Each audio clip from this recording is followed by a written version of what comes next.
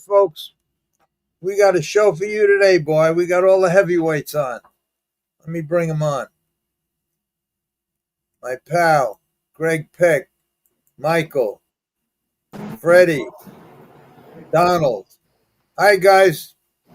Hello. Hi, everyone. Hello, everyone. An all-star cast today. Thank you. All right, now who wants to lead it off, and what do you want to talk about today? Freddie and I agreed that I'd lead off and maybe do like I did before. I might only stay for an hour, but the great thing about these podcasts is I had no idea Donald was on there. So that's I do like trivia, and I said to him, he has 4,800 wins, so 5,000 close enough. Would he be the first left-hander, because he was one of the famous left-handers, and the most famous left-hander now would be Jim Morrill Jr. So we got to look that up. Or do you know, Donnie? I know Eddie Davis has got to be. We forgot him. That's right. Yeah. He's got to be somewhere Forgot around about- those numbers. But I you mean, competed against him at Liberty Bell. That was the heyday of racing, huh? Liberty Bell and Brandywine, we were always, neck and neck for the driving titles, Each time. Yeah. Very talented guy. 1 year Yes. Mm-hmm. over Hervé or Eddie Davis? Me, I was second. 1977. I got 417 wins, and he beat me by like 18 wins for that year. Who, Hervé? Yeah. Mm-hmm. Yeah. We were neck and neck. In those days, you didn't race as much. Oh, in 77, I raced a lot. In 77. But not like today. There are 2 and 3 tracks a day. Huh? No, I think I drove that year, to my memory, I drove like 1,660 races or something. And I won 417. And, I had a tremendous year, 300 and some seconds and 200 and some thirds or something. And that's what won me the Driver of the Year award. I beat Hervé for the Driver of the Year award. So for North America. So that was quite an honor. And that's what got me into the World Driving Championship for the next year in 78. So, I mean, that was quite a thrill, especially being 20 couple years old, that was something else. I found a picture. Yeah, I found a picture. I could get it for the show here if you want, but I found a picture just the other day that I didn't even remember. In 1973, in March of 73, I'm in the winner's circle at Freehold. I'm 17, and I'm standing right next to Hervé. He won the horse of my dad's, and it's me and him in the picture. So in 1973, I should have been in high school that day, but something must have happened, and I didn't make it to school that day. I was at Freehold. And like I said, that's how far back me and Hervé go.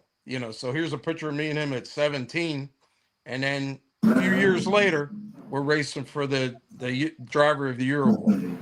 I mean, it's unbelievable. That was unbelievable. Well, because in the day, let's face it, he really was a star. I'm still trying to adjust myself on here. Like I can remember somebody mentioned, was it Freddie mentioned Chris McCarron today? Yeah. Yep. I told Chris McCarron, who had like 6,000 wins. Early Fires from Chicago had 5. Gary Stevens had 5.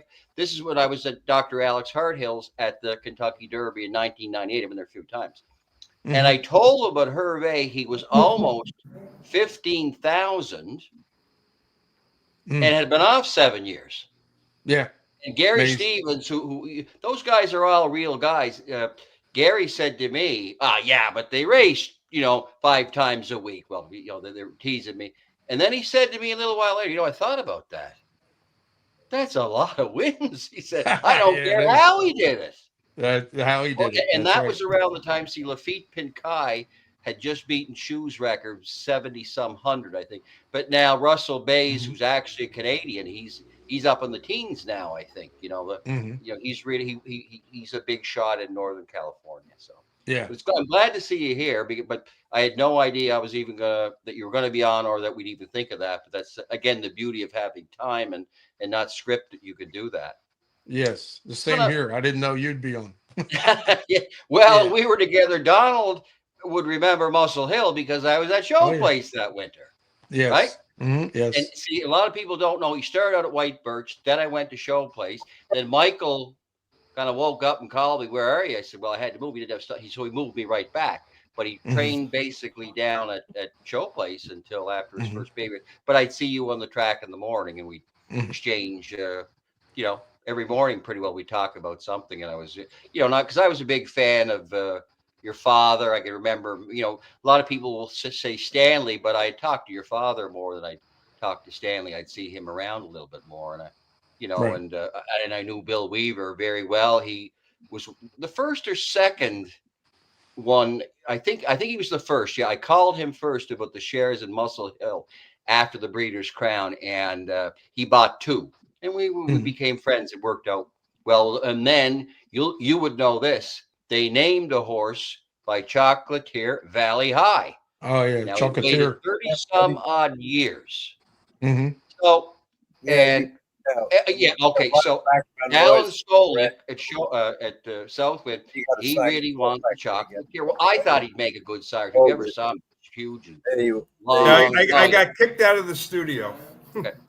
But anyway, he what was interesting, he wanted that horse, and I didn't like him, and I told him because he paddles a little bit, and I had no luck with that. Lots of people, if you ever watched Atlanta, she'd swing it just like that, and she was one of the greatest mares ever.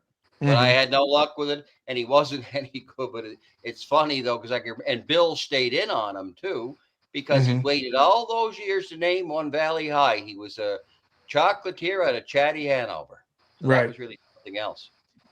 What I'd like to do, kind of get back, I guess, on a little bit. I was going to talk to Freddie a little bit more about Roosevelt, because Freddie came along and wrote this book that a lot of people didn't really know the history of Roosevelt Raceway. And I knew about it, and you would probably know him because my uncle was Bernie Peck, who worked for Houghton's. Now I know, Donald, you would have known him. Probably if I seen him. Keystone Pioneer in Meadow Alva before that. Oh, okay.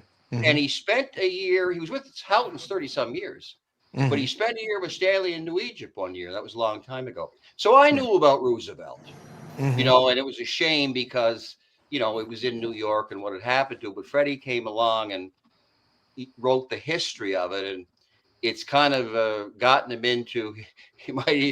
He's in so deep now he can't get out. He's going to Washington all the time. He's doing book signings. He's doing a podcast and everything. And nobody really asks him much. So I thought I'd like to talk, Freddie for the first little while and draw him out. If that's all right with you guys. Sure, of course. So Freddie, the big thing is you started with your father, Billy Hudson, who was one of the few first catch drivers. I know they've talked about Huey Bell for one.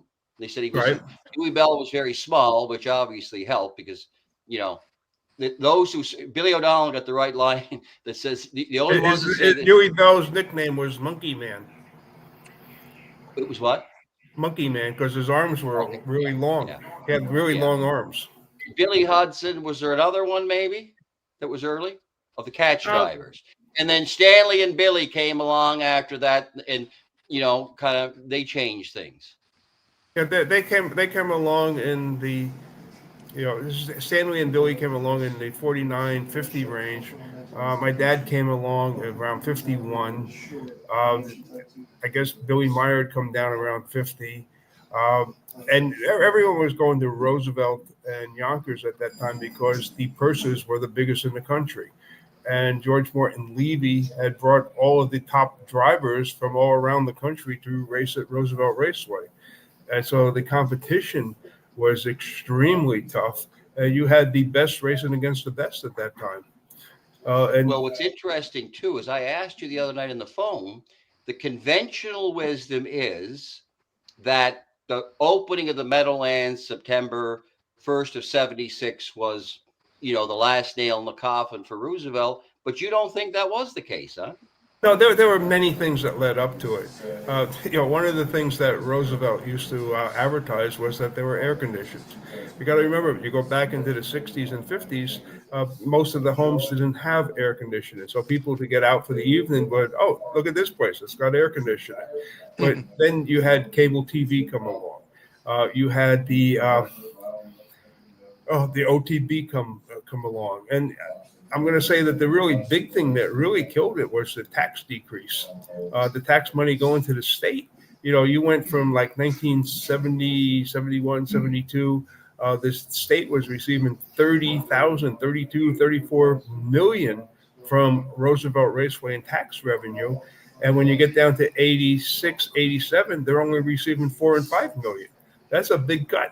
And I would say if it was still at the 30 million mark at that particular point, I think Roosevelt would have still been racing. I don't think they would have shut it down. The state wouldn't have allowed it. Too much money. That's my personal opinion. Yeah, and because at that cable time, TV also came in. Well, and my uncle did say when OTB came in, Billy Houghton said that would be the end of live racing. And I can tell you what Billy said, my dad said, everyone said the same damn thing. It's going to kill it because no fans are going to come there. And then all of a sudden they saw the purses go up, and every one of them said, "Oh, I guess I was wrong," but then they were proven right. So, but I remember one night racing at Yonkers, and Johnny, you might have been there that night. It was the first night that the pari-mutuel corps went on strike, and we raced. It was the first time we ever raced before a empty grandstand. It was like an eerie feeling because there was no one in the grandstand, and kind of like COVID. It sounds like. Yeah, it's sort of like what it is like racing today. Yeah. Like a preview of today. Yeah. But you went out there. They moved the races along like they were qualifiers, and everyone's like really happy you got out of there early. But we're getting out of there, and like it was just like I think it was a bad omen for things to come. And that's my opinion from being there at that time. So I think we had like 3 or 4 horses in that night. So. But it was just really weird just racing before an empty grandstand. If you laugh at this, I just got a text. They said, "Greg, don't talk too much," which I tend to do, but we negotiated this before. So if anybody says, "Why are they talking so much?" Well, we thought we'd talk a little while about that and then go on to other things. So that's kind of what's going on there. Freddie, what I heard, the late Sam McKee told me, what really hurt when OTB, when simulcasting came in and everything, unfortunately, that they would only get 3% around that on track. Right. And they could, once that happened, it went up. Well, Michael probably know about this. Yeah, but we can go back to the OTB, and the New York State OTB still owes Roosevelt and Yonkers $25 million that they never paid them to the purse account.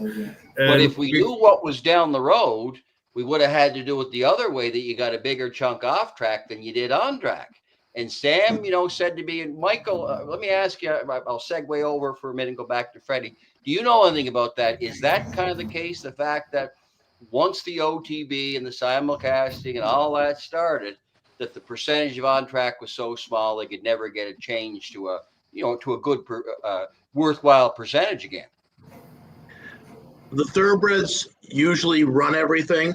And at the time, in the mid-90s, when simulcasting came, everyone was deathly afraid that if you allowed simulcasting everywhere, that there would only be Belmont, Saratoga, Gulfstream, Santa Anita, Keeneland, and everyone else would fold.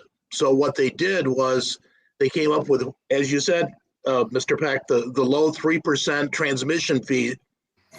But all that did was give the tracks an enormous incentive not to race. Because now all of a sudden, a place like, just pick track X in the middle of the country, if they chose to show the Meadowlands, Sportsman's Park, if Sportsman's Park wanted to take the Meadowlands, 3% to just turn the signal on, no cost, and at a blended rate of 20%, you pocket 17%, maybe pay an incidental percent to the state, and now it's 16%. So why have live then? Don't have to pay stewards, don't have to pay a track crew. Yeah. It was, in playing Monday morning quarterback, the worst thing they could have ever done. And that has set the stage for the computer-assisted wagering. If they would have somehow said, let's go 50-50, where sportsmen would have had to pay the Meadowlands 10% instead of 3%, you never would have had this fiasco with the computer-assisted wagering that's going on right now. And I don't want to say that there's nothing good about computer-assisted wagering. I mean, it's absolutely built up the business. But to your point, it wouldn't have created the huge disadvantages for the brick-and-mortar horse player that we have today. Let me ask you this, Freddie. By the way, I'm looking at my text. They say engage Larry. You know, we're gonna get to that, Larry. We're not putting you out of this. You know that Larry and I talked. No, that's fine. Larry, yeah, you're happy that I'll do it. Absolutely. Larry's been so good to me, and I can't believe he can go all night. I think he could go 24 hours. He really should be on CNN or something. So, you know, on one of these crises like we have that's going on now, he could go all day and night and not bother him. Yes. Freddie, you know, about the what's your sense? You go to Washington quite a bit now. I know you and Marty Irby have been friends, and you and I have talked about Right. it. You know, what could be said? What is it that we're saying to legislators? And being in the media training business for years, I had a lot of work on K Street, so know pretty good about what happens with lobbying, and you know, it's about who you know. We know there's a lot of that, but how do you go in there with really no support and be effective? I mean, Larry says it to you all the time, and I say the same thing here. You're doing it all. Not only you do it for nothing. How do you know? Yeah, tell us about that. I guess a few years back, you know, I made a commitment to. I looked at the whole sport, and I looked at the marketing of the sport. I looked at what's being done to save the horses, and when I looked at, nobody was doing anything. Somebody has to do something. So I kind of selected myself to do it. And probably the dumbest effing thing I ever did in my life, because I never, ever expected not to receive support from the industry. I thought that there'd be flooding out there to assist me. I mean, I invite people to come to Washington, D.C. with me, and nobody shows up.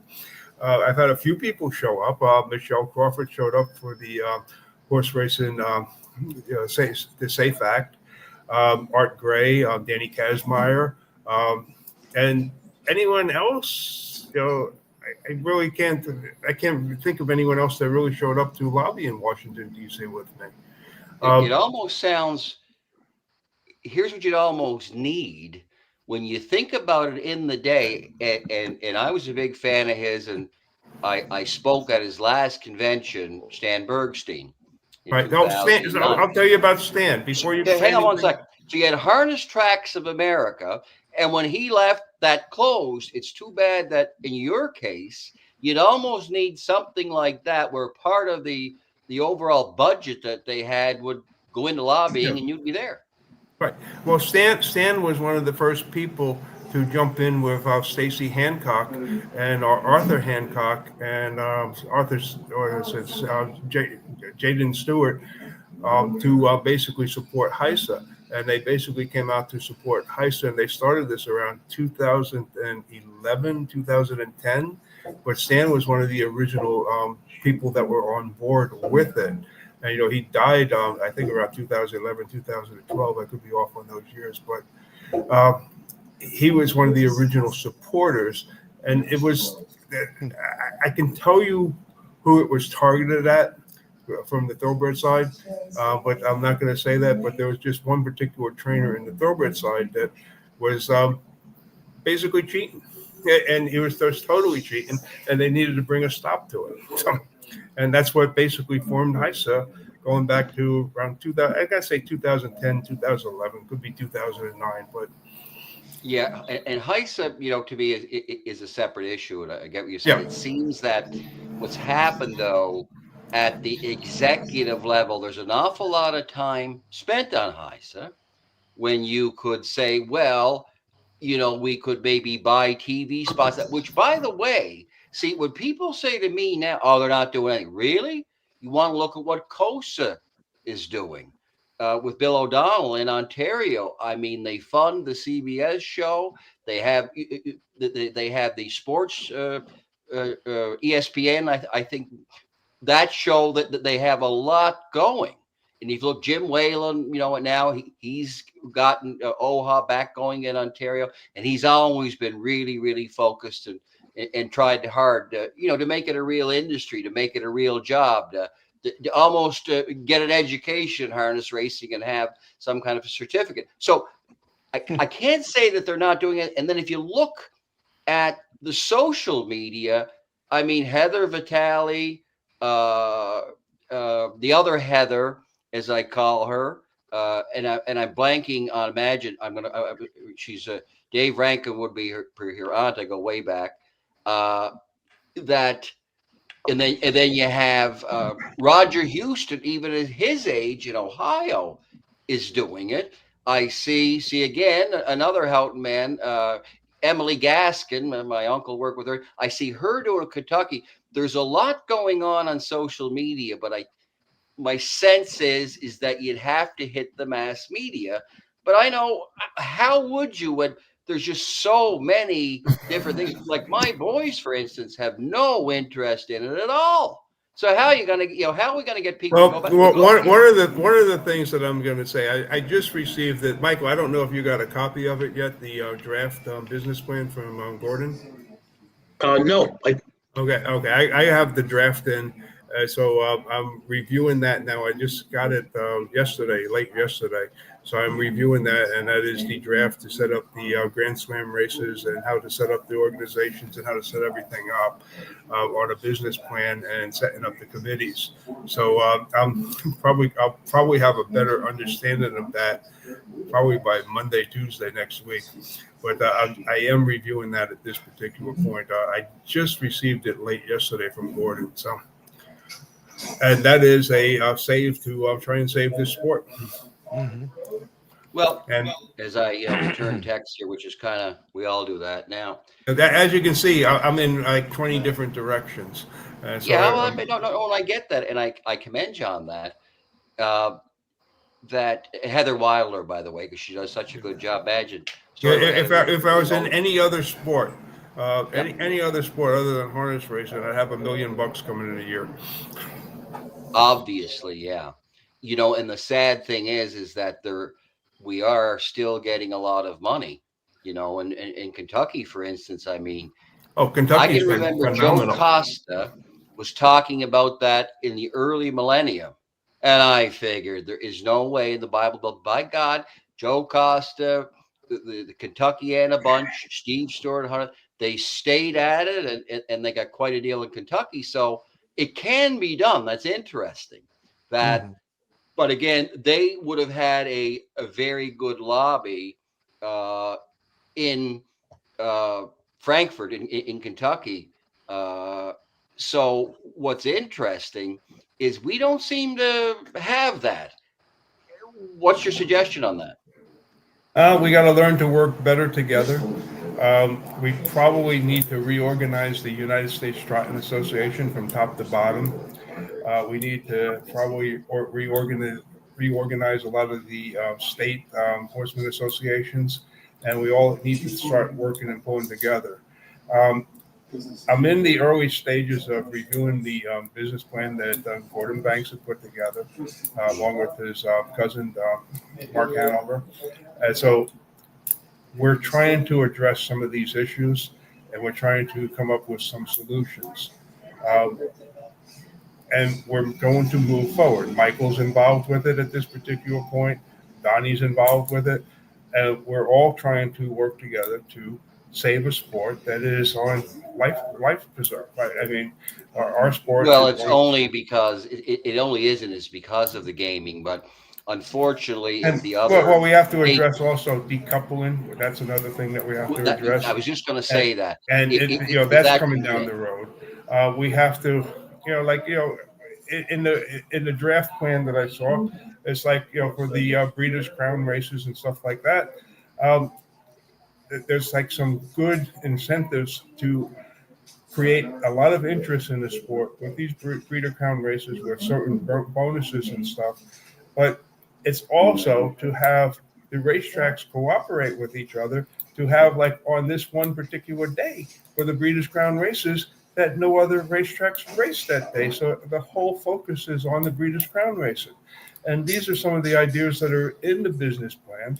And these are all sound ideas, and they make 100%.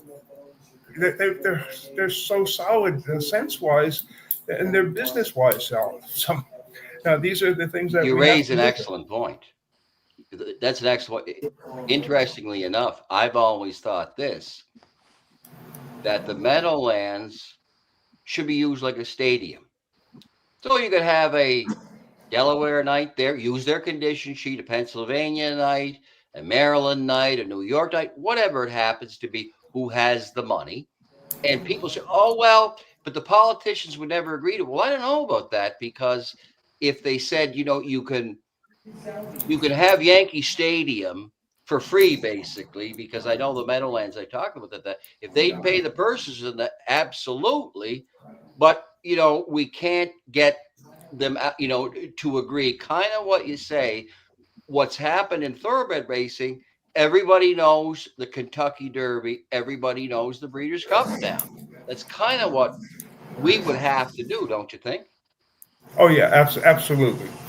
We have to organize, and we have to be very smart about it. And see, the one thing that I always look at is, like, the thoroughbreds have done everything for us. They have done all the research. They have done all the marketing research. They've done all the surveys.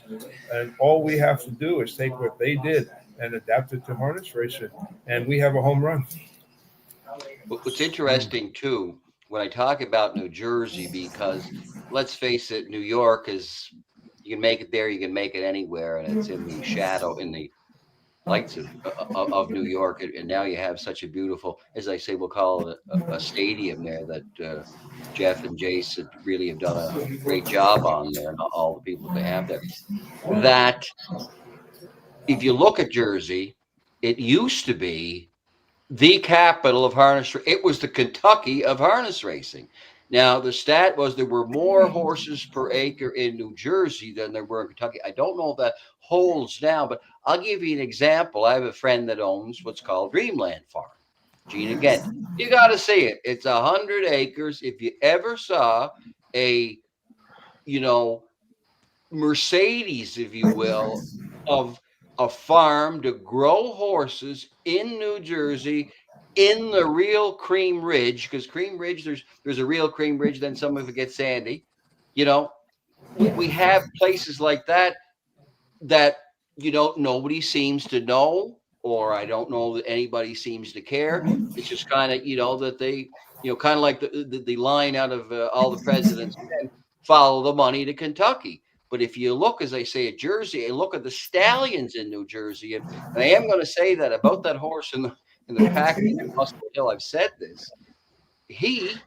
And by the way, I've never, and I'm not going to take any credit for, saved New Jersey. There was really no stallions, but we knew if he went there, they would breed for the world. Then along comes Waller, then along comes Curie D, then along comes Legendary Hanover. I'm probably missing one. So here it is, kind of in our backyard, and we're letting it go. I'm going to throw one at you, and I'm going to bring Donnie in on this one. Donnie, what was it like racing in New Jersey in 1972 and 73? Well, I was just getting started in the pari-mutuel racing. I know what you're going to say. Pari-mutuel There racing was at no that time. Meadowlands. No, in 73, I was 17. You know what I mean? I just You were turned racing 18. at Johnson Park. Yeah, Yeah, the fairs. I raced in the fairs and the Sire Stakes, you know, the fairs and the qualifiers, you know. I was just getting started. When I turned 18 on my birthday, that's when I raced the freehold. It was a different ball game because the Meadowlands wasn't there. New Jersey was really B classification for tracks at that time. Roosevelt and Yonkers were the top tracks. Everyone wanted to race at Roosevelt and Yonkers. Yes. That changed in 76 with the opening of the Meadowlands. That is correct. Opening of the Meadowlands was like nothing like I ever saw in my life. Well, but let's face it, though. I didn't live here but I remember I never moved here until 1990. I know a lot of people will blame the Meadowlands, but how can you blame them when think of the brand that Campbell and O'Donnell were? I don't know. Harness racing have never had a brand before or after like them. And we can talk about Vernon and Stanley Dancer and the Houghtons. We can go on, but there was no brand in the New York metropolitan area like Campbell and O'Donnell. Yeah, but So, I'm gonna tell you, Greg. I've done some when I was doing some research. Let me just finish. When I was doing some research, and basically trying to do some research on harness racing, and I went out to the public and I actually stood in front of grocery stores and asked the people coming in and out of the grocery stores if they were familiar with harness racing. Most of them said no. The ones that said yes, I asked them, and this is about 10 years ago I did this. I said, can you name a driver for a driver from harness racing? Most of the people said either Billy Houghton, Stanley Dancer, Del Insco, Carmine Abatello. Not one ever mentioned the current driver. That's how bad our marketing has fallen. Yeah. When did you do it, Freddie? This was about 10 years ago. Okay. Yeah, but if you think from 79, I've always said that about Campbell. He was at or near the top in 5. No, nobody mentioned Campbell. Nobody mentioned Billy. I understand that. Nobody. Yeah, it was just like it was really, really strange because I expected some of the newer drivers to be mentioned, and they weren't. Not one person knew who they were. Not one person. Well, it would depend on where you would be, but and I hear you. We're not a brand. Unfortunately, look how boxing had to change. Really, the big brand is now, is the MMA, if you will. Well, maybe I can do a survey right now, guys. Name a current boxer. That's right. That's right. Well, Floyd Mayweather, but he's retired. I think Michael will be the only one who could answer that. That's probably true. Camelo Alvarez. Well, Donald, I know, is a karate black belt, and he might appreciate both of my sons. How karate is involved, it's a little bit gone the other way. Donald, both of my sons are Brazilian Jiu-Jitsu black belts. So, and that's changed. Would you say karate has changed, has branched out? When we thought of martial arts, all we thought about was karate, correct? Right. But people had karate mixed up with everything else. They just said it was karate, but they didn't realize the different arts that there are. I think that's the problem. So Larry, I'm going to jump in here. Larry, you're awful quiet. Because I've never heard you this quiet in my whole life. He's taking it all in. I think he's taking it all in, and then he's going to let it out. There's a couple of things I have to say. First, I think Gregory Peck is just an encyclopedia that I wish I had with me 24 hours a day. He's just not only with harness racing, with life in general, the experiences that he had, and also in the thoroughbred industry. I can't wait for Donald Dancer to tell me all about them plaques he has behind and that helmet he has to his left. And I can't wait to hear the wisdom of Michael, because everything that you guys are talking about, I have two things that I put up that I never put up before, but I'm going to put them up now. And this is how I feel about the whole thing. And it kills me because I said it on a few shows back that Donald Dancer and Gregory Peck and Freddie and Michael are in the game that I love and that I screwed up, and it bothers me so much. Especially that's why I sit back a lot, and when you guys are not on, I just ramble about nonsense. I wouldn't say that at all. But remember, just for the viewers, the viewing guys, Freddie and I talked earlier, and we agreed I'd spend like the first half hour with him, And then, by the way, and I'm off at 9 o'clock, so you guys can go from 9 o'clock to midnight if you want, because I thought it would work better that way. So that's why, Freddie, I apologize to everybody out there. Yeah, that's No, kind of don't worry. somebody texted me, well, ask Donald some questions. I said, obviously they weren't on at the start of the show, because when I saw Donald, I asked him immediately with the left-handed 5,000 wins. Boom, just like that, because I respect him and I've known him for years. And I was happy to see him on here, and I hadn't seen him. But if I could just do a few more things so I could say I did it, how's that? Okay. Yeah, back to Freddie again. Uh-oh. No, that's what we Up to you. So I do want, you're always doing these podcasts, you do your own, nobody really asks anything about you. So what if you said, in about 30 seconds, if you could appeal to what we'll call racetracks of North America, now that there's no harness tracks of America, and there used to be in Canada, they had one, was Rod Sealing, who played the New York Rangers, used to run it. It was probably racetracks, I forget now. But anyway, with that being said, what's one, if you had 30 seconds to say, here's something you could do starting now to help, what would it be? Something 30 seconds to start right now. Oh, gosh. I would change the way that they draw the drivers.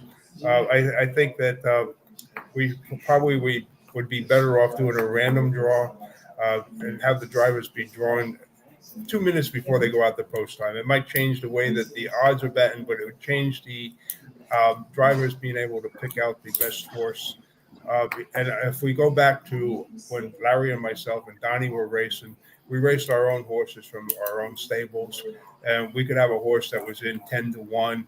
And as a catch driver, you're on a horse that's a 5-2 favorite, but being that you have your own horse, you have to race your own horse from your own stable. We're knowing that you could have raced the 5-2 shot and you win for the fun of it, but you have to race your own horse where you might be third or fourth in there. And so I think that I would just do some type of random drawing on the drivers right before they go out for post. And there's 100 other things that I could say, but that's the first thing that pops to my head in that 30-second time frame.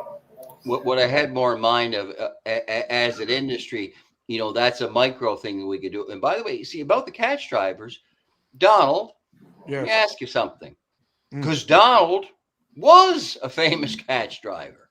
Of your 4,800 wins, how many were catch drives, would you say? Probably two-thirds were catch drives. You see, so in the day, they were taking people off to put you on, right? It goes that way. Yes. Yeah. So that's the only thing. But I think you're always going to have that, and then you're going to have, the trainer drivers that come along. But the sport's kind of changed. But that's the only thing I was thinking about the catch driver. It's always going to be the quarterback. I don't know much about that, but the centerman playing hockey. It's going to be a few that are going to get the high pay that everybody kind of wants. So I don't know if that's I don't know if it's a good thing or a bad thing. It's just that it goes back to what you said earlier. We don't have much. We really don't have any brand. Greg, can I ask Mr. Dancer a question that the gamblers really need to know? How many? I guess the question is, what are the advantages of being left-handed for you and Jimmy Morrill? Did you wake up horses because you were left-handed? I think it helps a horse. Yeah, the first time that you're driving a horse, they're not used to it, and they're used to getting touched on the right side, and then all of a sudden you jump up and you're touching them on the left side, pretty good, and they're very surprised. And the big advantage is in the turns. I mean, especially on a half-mile track, because most horses have a tendency to bear in the turns. And you're around in the last turn, and the other guys are having a little trouble getting around the turn because their horses are running in. You could actually get after your horse. Instead of helping the horse, you can get after the horse and get around the turn a little faster. And then you get a jump on them. You get a lead on them. And next thing you know, they're trying to get around the turn, and you're already drawing away. So I think it gives you an advantage, definitely on a half-mile track. 5/8 too. but on a mile, it doesn't help you that much. But definitely on a 5/8 and a half-mile track, I think it's an advantage. Definite Thank advantage. you. Yep. Well, I was going to say, not knowing, but Ted Wing told me that about you and Eddie Davis in the day at Liberty Bell. You know, the Mhm. other thing I remember about you, again, because I'm making the case that we can't blame the catch drivers because, as they say, you were modern. You Mhm. came along, you were left-handed, you were speedy. You moved them to the front at the eighth pole, and that's a lot of the stuff you did do, right? You were Mhm. modern. Mhm. Yeah. Yeah. My uncle, he's the one that helped change harness racing with Stanley by racing in the front so much. Everybody would line up in post position, and he was one of the first guys to come along and say, I'm not going to, take back to fifth or sixth. I'm going right out of there. And he'd go for the lead, and he'd surprise everybody by doing that. And next thing you know, then they're trying to copy him, but it's already too late that he's already very popular. They know he was very aggressive, and he was, like we had an owner that used to say to my father, Stanley never lost a race. It was the horse that lost the race. So this is the attitude that people had about him. So Or he maybe really he was good at he was good at training the public and the owners as yeah, well. and yeah, exactly. And he was great for publicity for the business. So and getting back to what you were saying before about Campbell and O'Donnell, well, back then it was Houghton and Dancer. It was Right. Billy Houghton and Right. Stanley that were like the Gold Dust twins, they used The to call them. original. Yeah. Yeah, I was So going and to then say that. they build up big stables, and the catch driving was just on the side. It was more Well, about remember, their Donald, stables. in the day, Hmm. it was the drivers that got a lot of horses. That's right. Bill O'Donnell had a Yep. lot of horses and had to pass them over to Freddie Grant. John Campbell had a lot of horses, pass them over to Jimmy. That's Hmm. how you got horses back in the day. It Hmm. was not Yep. anything. It was probably 99% that whoever the leading driver was at the track, people would want him to train as well because they'd get him to drive. Yeah. Well, they're trying Yeah. to lock him up as a driver. They wanted him.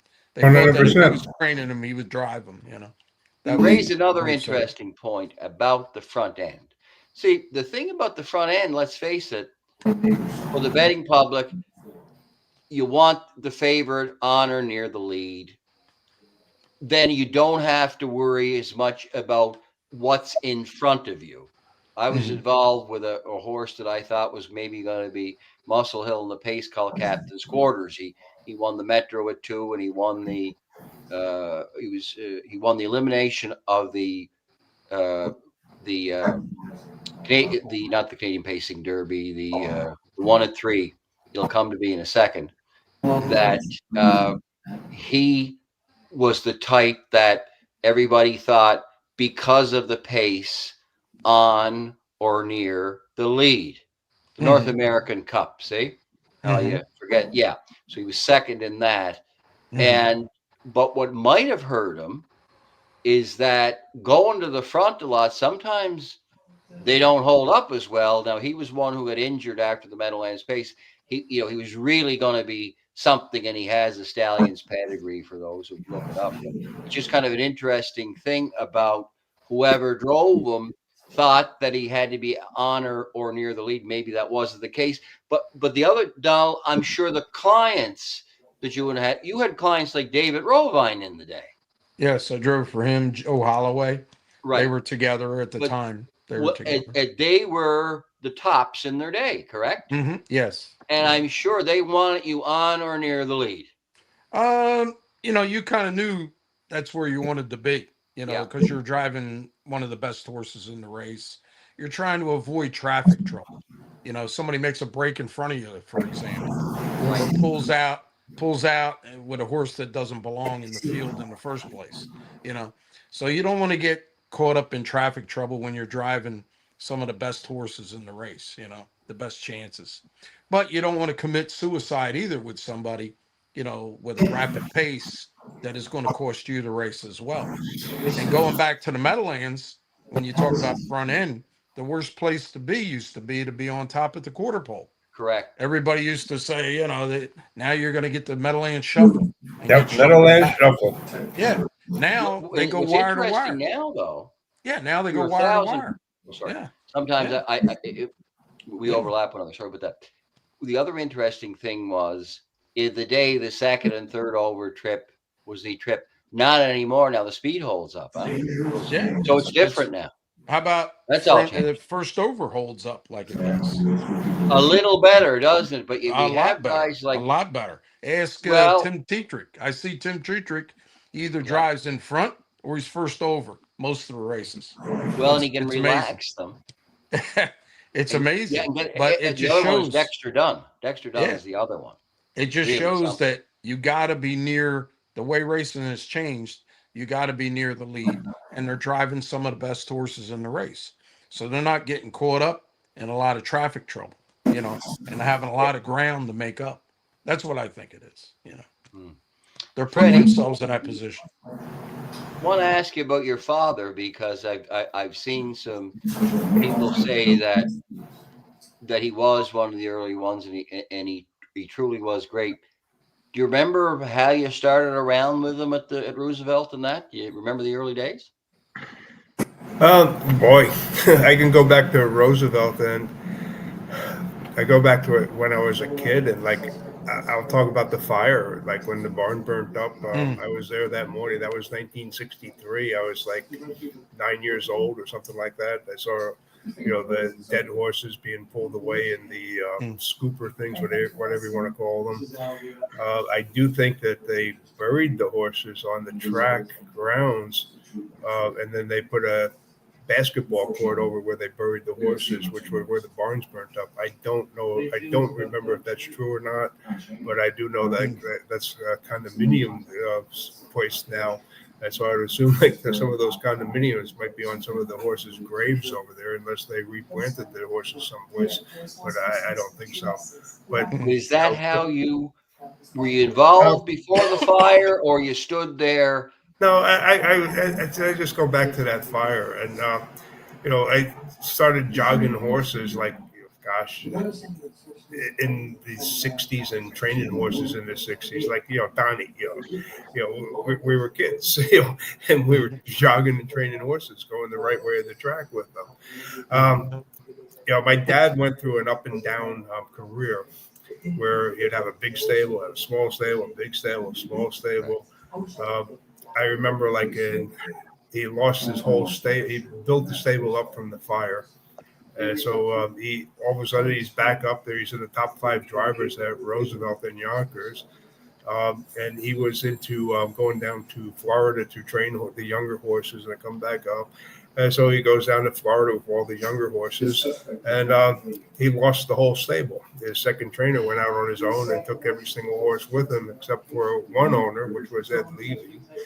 And my dad had Ed Levy for, I'm going to say 69 or whatever. And then right around that time, it was my dad and one horse. So he went down there. He went from, 30, 40 horse stable down to one horse. So, I was there and I saw it, and he built the stable back up to about a 15-horse stable. And then he gets indicted in the Supervector trial. And he never recovered from that one. Never recovered. So funny that you mentioned how things changed with your dad. Donald will appreciate this. One of the biggest surprises I got when we moved to New Jersey, I saw Stanley's track. Then I saw your father's track. What a difference. And I've driven by it since, and it's a winery, but I don't know if people, it was something I'll never forget. When did he build that after Stanley? Yes. 5/8? Yes. It was and they say Stanley would come over there and train fast. Right, later on, yeah. But Stanley's track is a half-mile track. And then my dad first had our track there is 5/8, but mainly for jogging. And then as things got better, then he put the stone dust to it and he built it up better, graded the track and so forth. And then it gave us another option to train either on a half or 5/8. And then in the wintertime, when the track was frozen or we had snow on the track, you'd maybe even leave the snow on before you graded it. And then maybe use Stanley's track, grade his track first. And then as the snow, and the frozen part of the track would thaw and become muddy, then right away we'd have our track graded off. And then we go over on the 5/8 mile track on my dad's track. So we'd be crossing the road and now go over on that track. So it was a huge, You'll yeah, appreciate this too. yeah, huge John advantage. Turner, who was at White Birch, Right. told me he worked for Stanley for 30 True. years.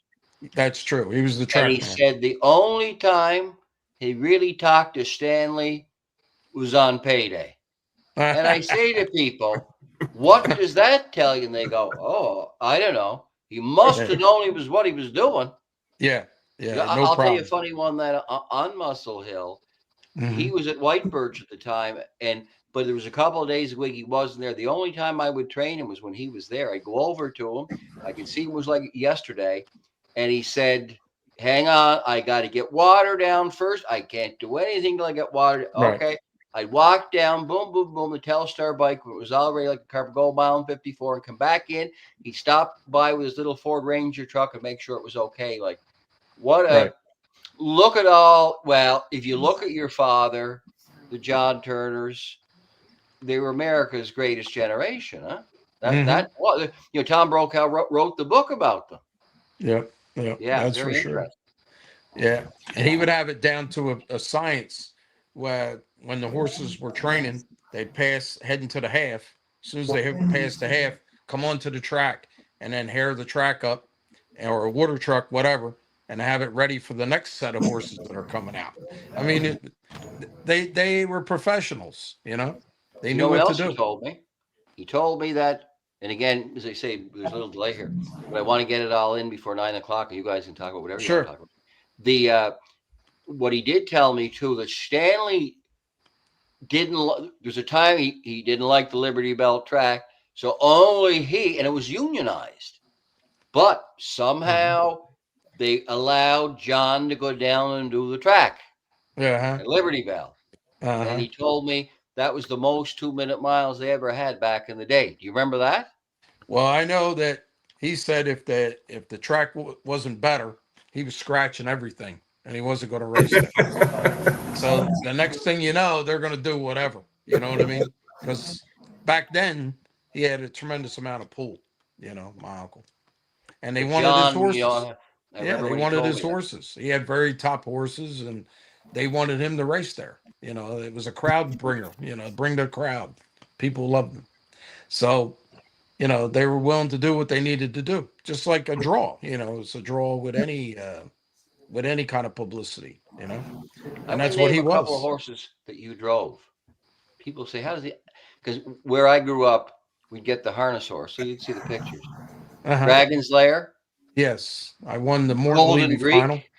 Golden Greek, sure. Free-legged horse, right? Banker Blue Chip. That was Banker another good Blue one. Chip. Yeah, Keep that was going. another one. They were all Holloway's horses that I drove. No, but keep And going. then and Lizzie Leebrook was a top trotter. I'd say I she was the remember best when you trotter drove I ever her. drove. Yep. And That was in the early 90s. yeah, early 90s, late 80s. Yeah. Yeah. Like I think I got the picture of her, 87, 88. She set really? the world's Okay. record at Freehold. Yeah. Right. And but so many really good horses, I was very fortunate. It's very fortunate to get the ones that I got to drive. My dad's, he always would use me, give the owner the option, but the owner, would agree to use me to drive the horses. Yeah, but And I think weren't you that was like it. good? You were good right away. You had the talent right away. Well, yeah, I mean, I was fortunate, because like I said, I started out, I didn't want to just start driving when I was 18, I was already training when I was 10, and I was already matineeing. What age do I have to be? I had to be 14. Okay. So when I was 14, I'm matineeing, and then 15 matineeing. And then when I was 16, I could race in the fairs and qualifiers, 17 in the fairs and the qualifiers. And I was lucky that Max Hemp had a couple horses for my dad, and he let me drive them in the fairs, in the Pennsylvania fairs. I'd go all around the fair circuit, and then the qualifiers. That's, but it's a difference when you want to do it. That's what I see with the kids today, like what we're talking about. If they want to do it, you can help them, but they don't want to do it. Like I wanted to do it.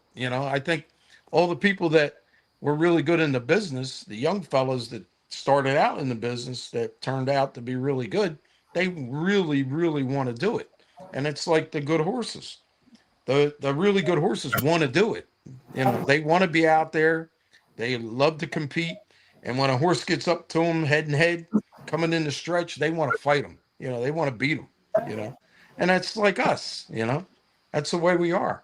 I don't know any. I think this is important. I don't know any great driver that when you get up head and head with them in the stretch, nose to nose, that don't have that burning desire, Right. that stones in their gut, that they want to win.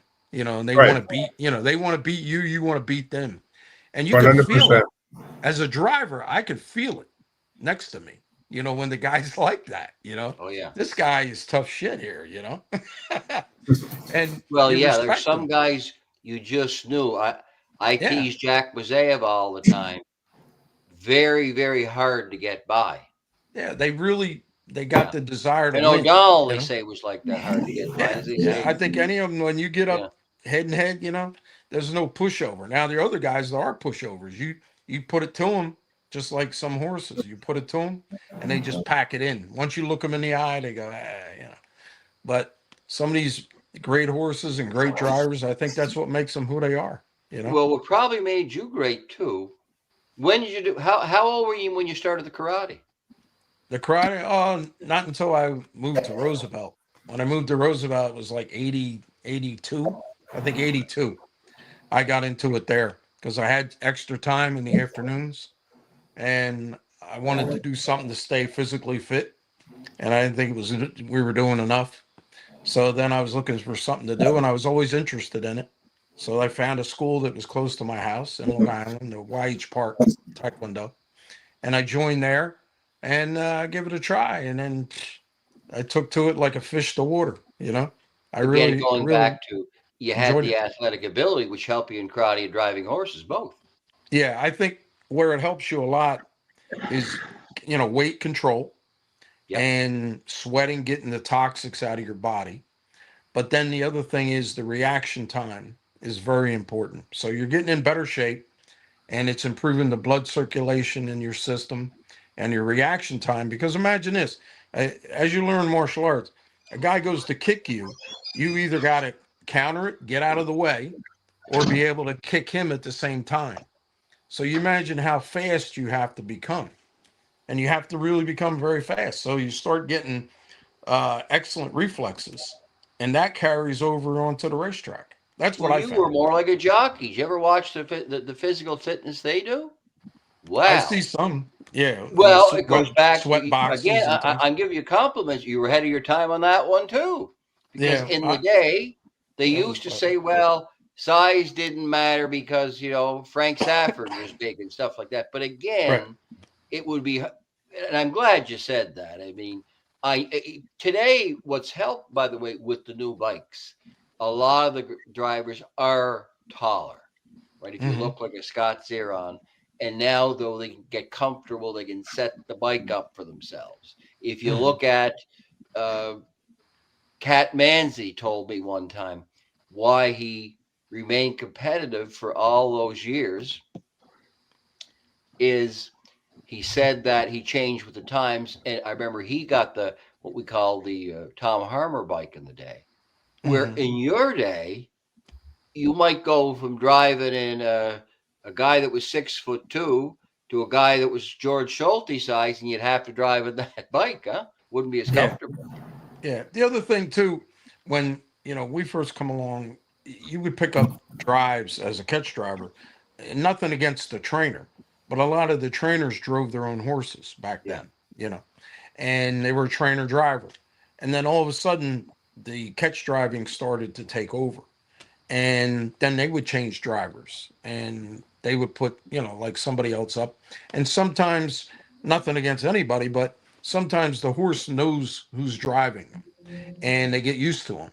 And then all of a sudden you put some fresh hands up on the horse and lively hands with somebody who's aggressive, where maybe the other guy was protecting the horse a little too much, and now somebody else jumps up, the horse say, hey, what's going on here? And now I don't think it matters as much because there's so many catch drivers. But back then, I think it made a difference. I do. And I think, that's why a lot of them get good. There's so many good ones today. Like a lot of them, I don't even, and it goes back. The kids today, it's evolution.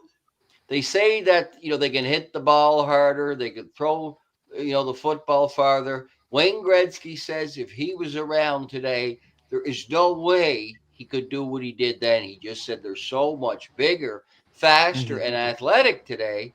And it was that was quite humble of him to say. He says there is no way.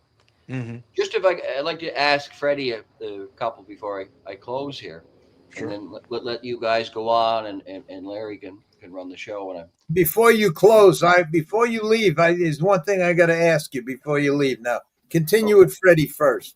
Nothing to do with racing commissions. That we can't talk about that. No. Right, Donald. Donald. I got to get your number. I got to talk to you. Okay. Okay. Sure. Yeah, because Donald. The first thing Donald pulls up. I was at Muscle Hill. Donald looked at me. He said, "You got a good seat." You told me. I never forgot. You remember, you were a big star to me. I could see you with the left hand, with the Golden Greeks, the Dragon Slayer, the Banker Blue Chips. I can go on all day here. Lizzie Lee Brooke. So I was starstruck. That's the problem today. Nobody thinks that way anymore. Like, we're not that way. No. Freddie, yeah. Okay. The decoupling, right? The big thing there, obviously, is prevention. It's like a crisis, and I taught this. Once the crisis happened, we're now in what it is now. It's not quite a crisis yet, decoupling, but it's an emergency. Correct. Any thoughts on that? About say whatever you want here, and I'm hoping the right person will watch it. He's got a point. I guess when the Stannard group over in Florida proposed to the legislation down there to let's decouple. I think that took everyone by shock, because you have racetrack owners now saying let's decouple. The legislation, I think it's still in limbo down there in Florida at this particular point. It hasn't moved forward, and we want to keep it in limbo, and we want to stop it there. And if we stop it there in Florida, I think it will stop the spread throughout the rest of the states. The Jockey Club is working extremely hard down there. They got a lot of finances put into stopping decoupling, and they're working their ass off. I know I spoke with Jim Gagliano a few weeks back, and he was down there meeting with the legislators down there. So they are trying to stop it. I spoke with some people in Kentucky. They are working their balls off to stop the decoupling, and we have to stop it. So, can we? Let me ask. Here would be the question: if we continue the path that we're on now, is it inevitable? Probably. Yeah, probably. We're in our sport. We're probably going to lose multiple tracks, and we're going to have a more consolidated sport. We have a horse shortage, so this could be an advantage to us. But I see Kentucky being the really strong point in our sport at this particular time. The money in Kentucky is the best. Kentucky, the big difference down there is the horsemen own the tracks, and I think that they're controlling the whole program down there. Michael can probably answer better on that than me, but that's what I think is going on in Kentucky. And if all of our other states could copy the Kentucky formula, we'd be in a lot better shape. That raised a good point. I'll hit you, Michael, with that. Churchill Downs would be the big savior there, wouldn't it, in Kentucky? Let me. I'm glad I get to bring this up while you're still on the show, Greg.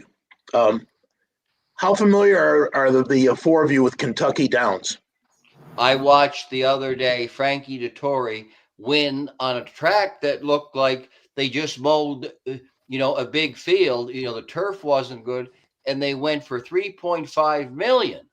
And I'm thinking, did I see that they bet 25 or 35 million on it. If I got that right?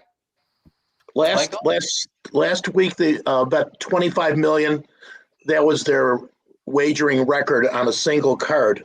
But that's a racetrack that nobody had even heard of, that they built in rural Kentucky, in Frankfort, Kentucky.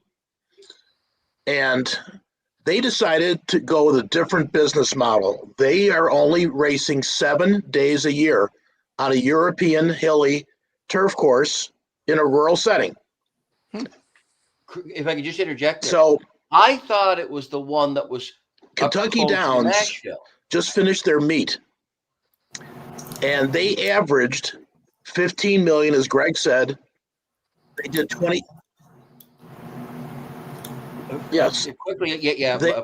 Michael, I thought the Kentucky Downs was the little place that you used to be able to go watch harness racing that was across the bridge from Nashville. No? Looks like Michael froze up on us. Yeah. I thought that's what Kentucky Downs. I'll watch for them to come back because it was really something to watch. Going back to what my American father, Bob Mark, says, the thoroughbreds have handled and we don't, and that's a problem. But Freddie and I were not getting into that one. Bob will tell us about that tomorrow. But yeah, that's the real problem we have is we're not getting any handle, and they do, and they still have the big days, the events. Michael must have got knocked off, but Larry, will you be able to let him back on? And I'll finish that, and then I'll let you go. I had one last one I wanted to add. By the way, as Jackie Lee would say in the day, Master Donald Dancer, correct? Yes. Yeah. And we know why. Okay. Michael, you're back. Can you hear me, Michael? Where you lost me, but okay, yeah. Here's what I was asking you. I thought Kentucky Downs was the place across that. It was a little old track for years across the river from Nashville. No. Yes. Well, that's not Frankfort. All the tracks, Oak Grove and Kentucky Downs are on the western part of Kentucky, closer to Nashville. You confused me. I thought you just said that the Kentucky Downs was in Frankfort. I said no. It would be closer to Bowling Green, Kentucky, wouldn't it? Franklin. I'm sorry, I misspoke. Franklin. Okay. Yeah, that sounds right. Because I used to drive by it in the day. I'd fly into Nashville, listen to country music for a few days, and you'd see it on the left-hand side of the road there. So now when I see it, it's hard to believe. But that's what they bet, huh? Like 35 or 25 and 7 days a year. They averaged 15 million. Question for you. And their maidens went for 170,000.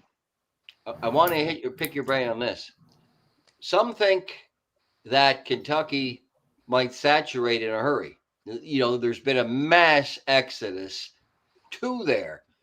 How? Like, do you know? Do they have the deal for a long period of time when it's up for renewal? Do you know any of that stuff? And the B part of the question, or you could make it the A part of the question I asked you, aren't Churchill Downs one of the big reasons why there's so much in Kentucky? Because they're very powerful, Churchill Downs. Absolutely. That when you have a company, a Fortune 500 company like that, they can be very persuasive in the legislature. And as Freddie said, they don't have a casino company that's maybe worried about their stock price trying to close the racing down because that's what their stockholders want. That's not going to happen in Kentucky. So the advantages, and not to mention some of those places are bordering states that don't have casino gaming at all, like Tennessee. They're in a glorious position, and I don't think that's luck. So can we think of how to do this somewhere else instead of just having an absolutely mundane program that generates no interest? I'm not saying we should be racing 7 days, but maybe we shouldn't be racing 200 days. Something that's going to generate more interest. You can see there's nobody there, huh? There's nobody there, right? Well, I mean, there are not many people there, but it's a rich experience. Like if you went there for the the Nashville Derby, there was a lot of money to go have the buffet and all that because there's limited seating, of course. But it's been well thought out. I mean, that's a very serious company. What I mean is there's nobody at Oak Ridge, I take it, at the races watching live. Not yet. But It's been a few when years you now. consider, well, there's going to be some parallels. Like, I can't tell you everything, but Fort Campbell is the second biggest Army base in the country. Yep. Probably 40,000 people there. They're 3 minutes away. Nashville's 45 minutes away. So I just think we need to close our eyes and think of a better plan. I'm not talking about Kentucky, just everyone in general. We have too much racing. The racing we have, for the most part, doesn't generate a lot of interest, even within our industry. I mean, look at the way we report the things that happen. I mean, our events, Hambletonian's spectacular. I think the International Trot is a great race. That's coming up Saturday. The Mohawk Million's coming up. The Metro's coming up. Kentucky Futurity and Grand Circuit. Yeah, these are still great events, but that the overnight races just don't generate a lot of interest. This needs to be rethought of for anything except to give us more power with our state legislature. Yeah. Hey, Michael, I'll get a copy of that business plan over to you, or the draft of it, probably early next week. The reason is when Gordon did it, he hand wrote it and sent it to me in hand written. And so I just basically have to type everything into a word format. So okay. I got the first page done. So, Michael, is this, to wrap that one up, Kentucky's here to stay. What about, and I know all about the South, the Bible Belt, because, Kentucky, a lot of my Lexington friends, that's not really the South. When you hit Tennessee, that is.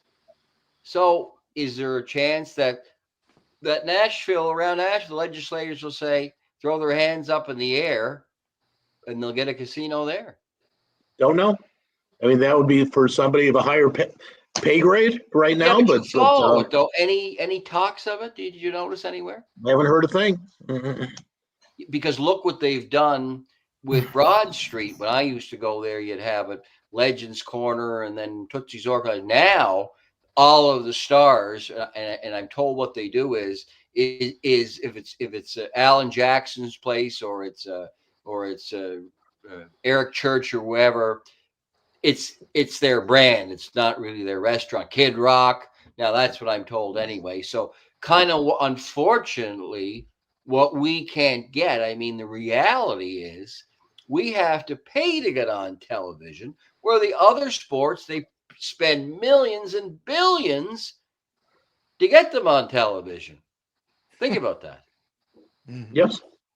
But at least the Thoroughbreds got on television. Pardon me? Interesting. At least the Thoroughbreds got on television. They're on television 25 hours a week, sometimes 30. So they've got a great audience, which they built since COVID, and we need to do a better job. I'm going to end on that. Thank you very much. Don't go away. I have Mr. two things. Rolla.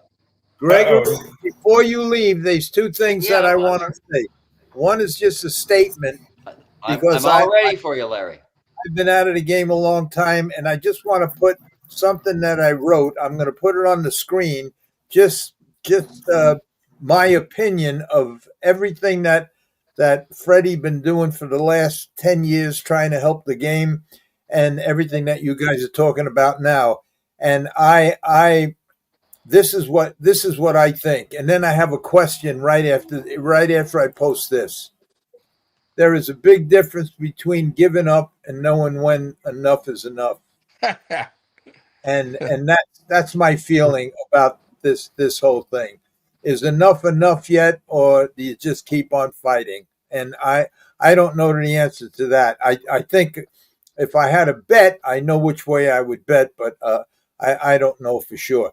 The question I have, it came up, and it's kind of a stupid question because we all know the answer that what I'm suggesting could never happen, but it's very, very frustrating to me, and I just wanted to see that even though we all know that this could never happen, but do you agree with me? And it all happened when I watched the race the other night. It was a Saturday night. I won't mention the race. I won't mention any names of drivers or anything, but I watched the race because a friend of mine had a horse in the race. And I watched the race, and it was a 7-horse field. And after the race, I talked with a couple of friends of mine, in fact, on the podcast.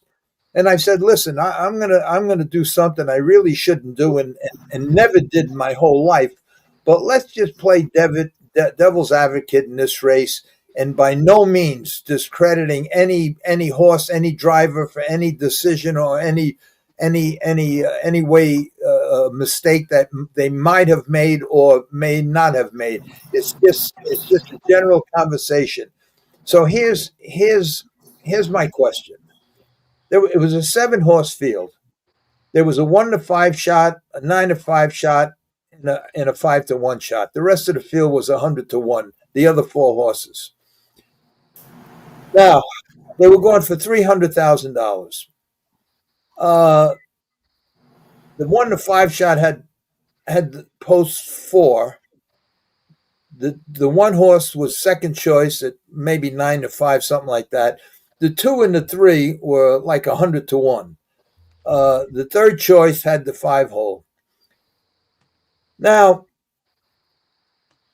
my problem is this, and it aggravated me because I was rooting for my friend's horse, who was the 5 horse. He was 5-1, and in my mind, if he got a decent trip, he could beat the 1-5 shot and the 9-5 shot.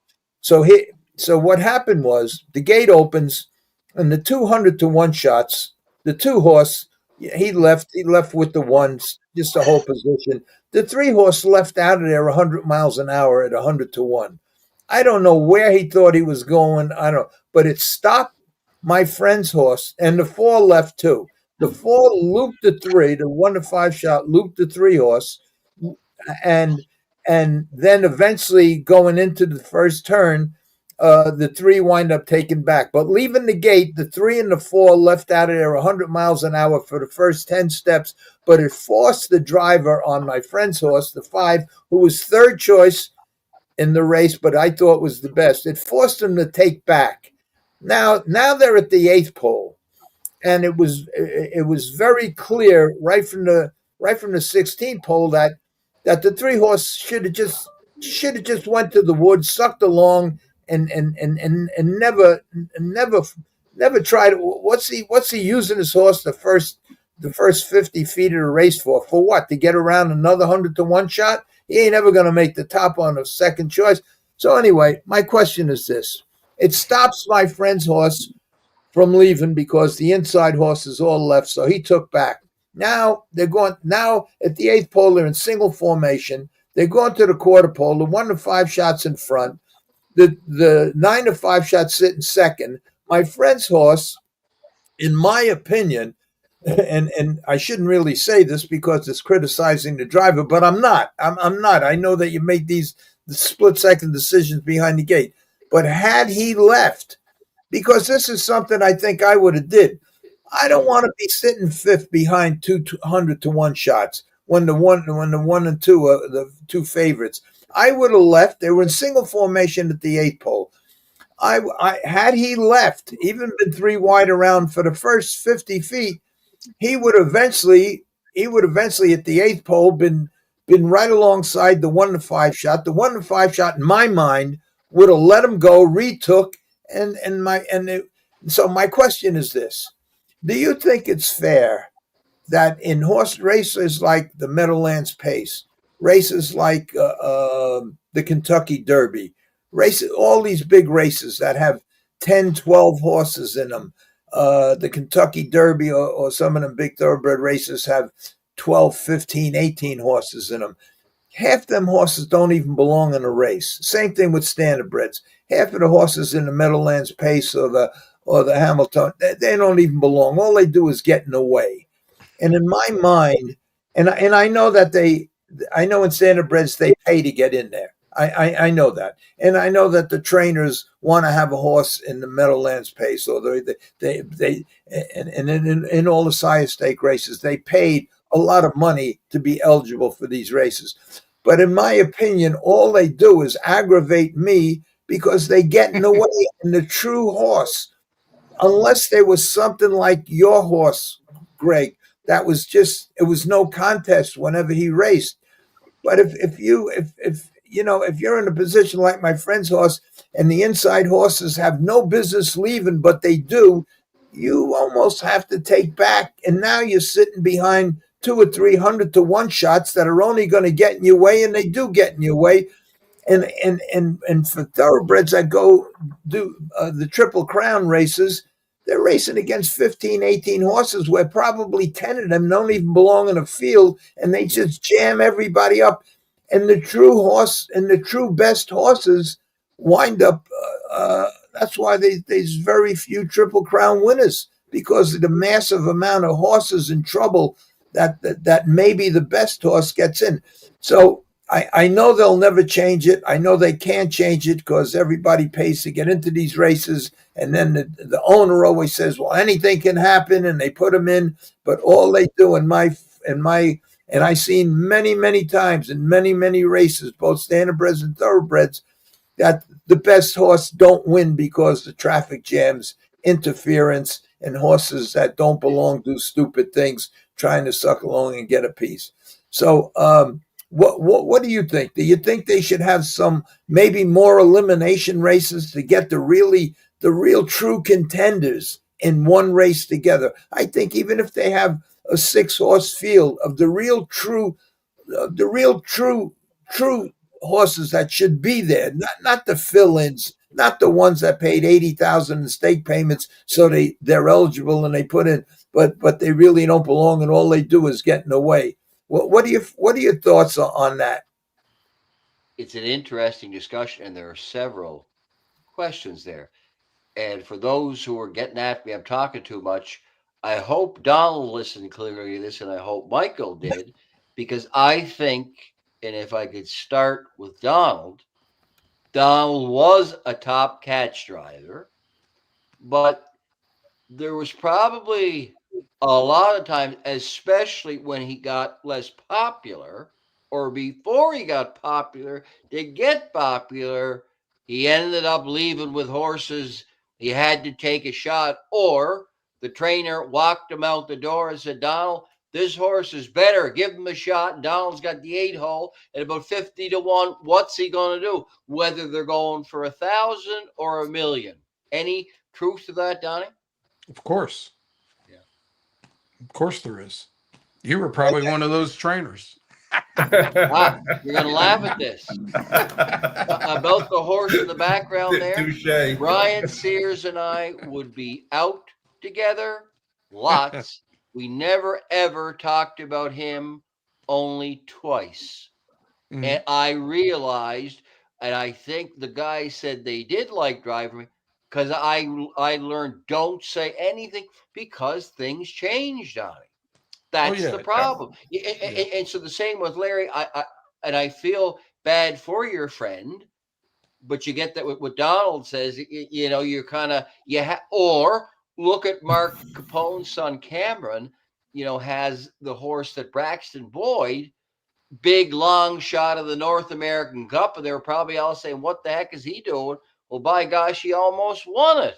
So and I think today, the fact that they are younger and speedier. Remember, back in the day, a lot of drivers were older. In my day, they think you had to be 40 before you had enough experience to drive. So you're getting the speed, and you're getting them to take a chance. And there's so many of them. Donnie, in your day, there would be you and Eddie Davis and Ross Hayter at Liberty Bell, right? Yeah. Okay, Brandy won for a few years there. I'll never forget a freehold. When I first started racing at freehold, it was Hervé and Harold Kelly. They were the That's only right. catch drivers. That was it.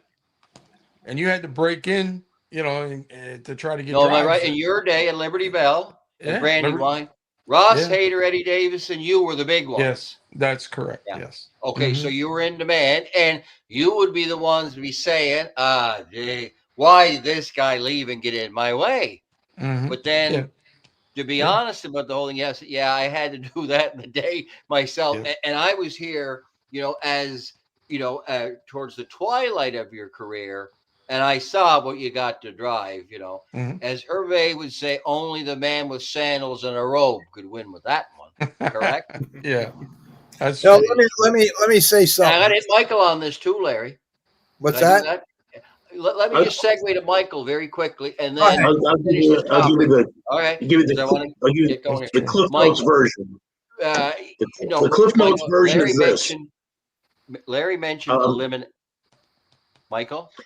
Yeah, the Cliff Notes version is this. No, I'm going to ask you a different question, though. No, I'm saying everybody thinks they want formful racing, but you don't. To quote some very famous gamblers, you want formful racing? Have 3 and 4 horse fields. You'll have the most formful racing everybody ever saw.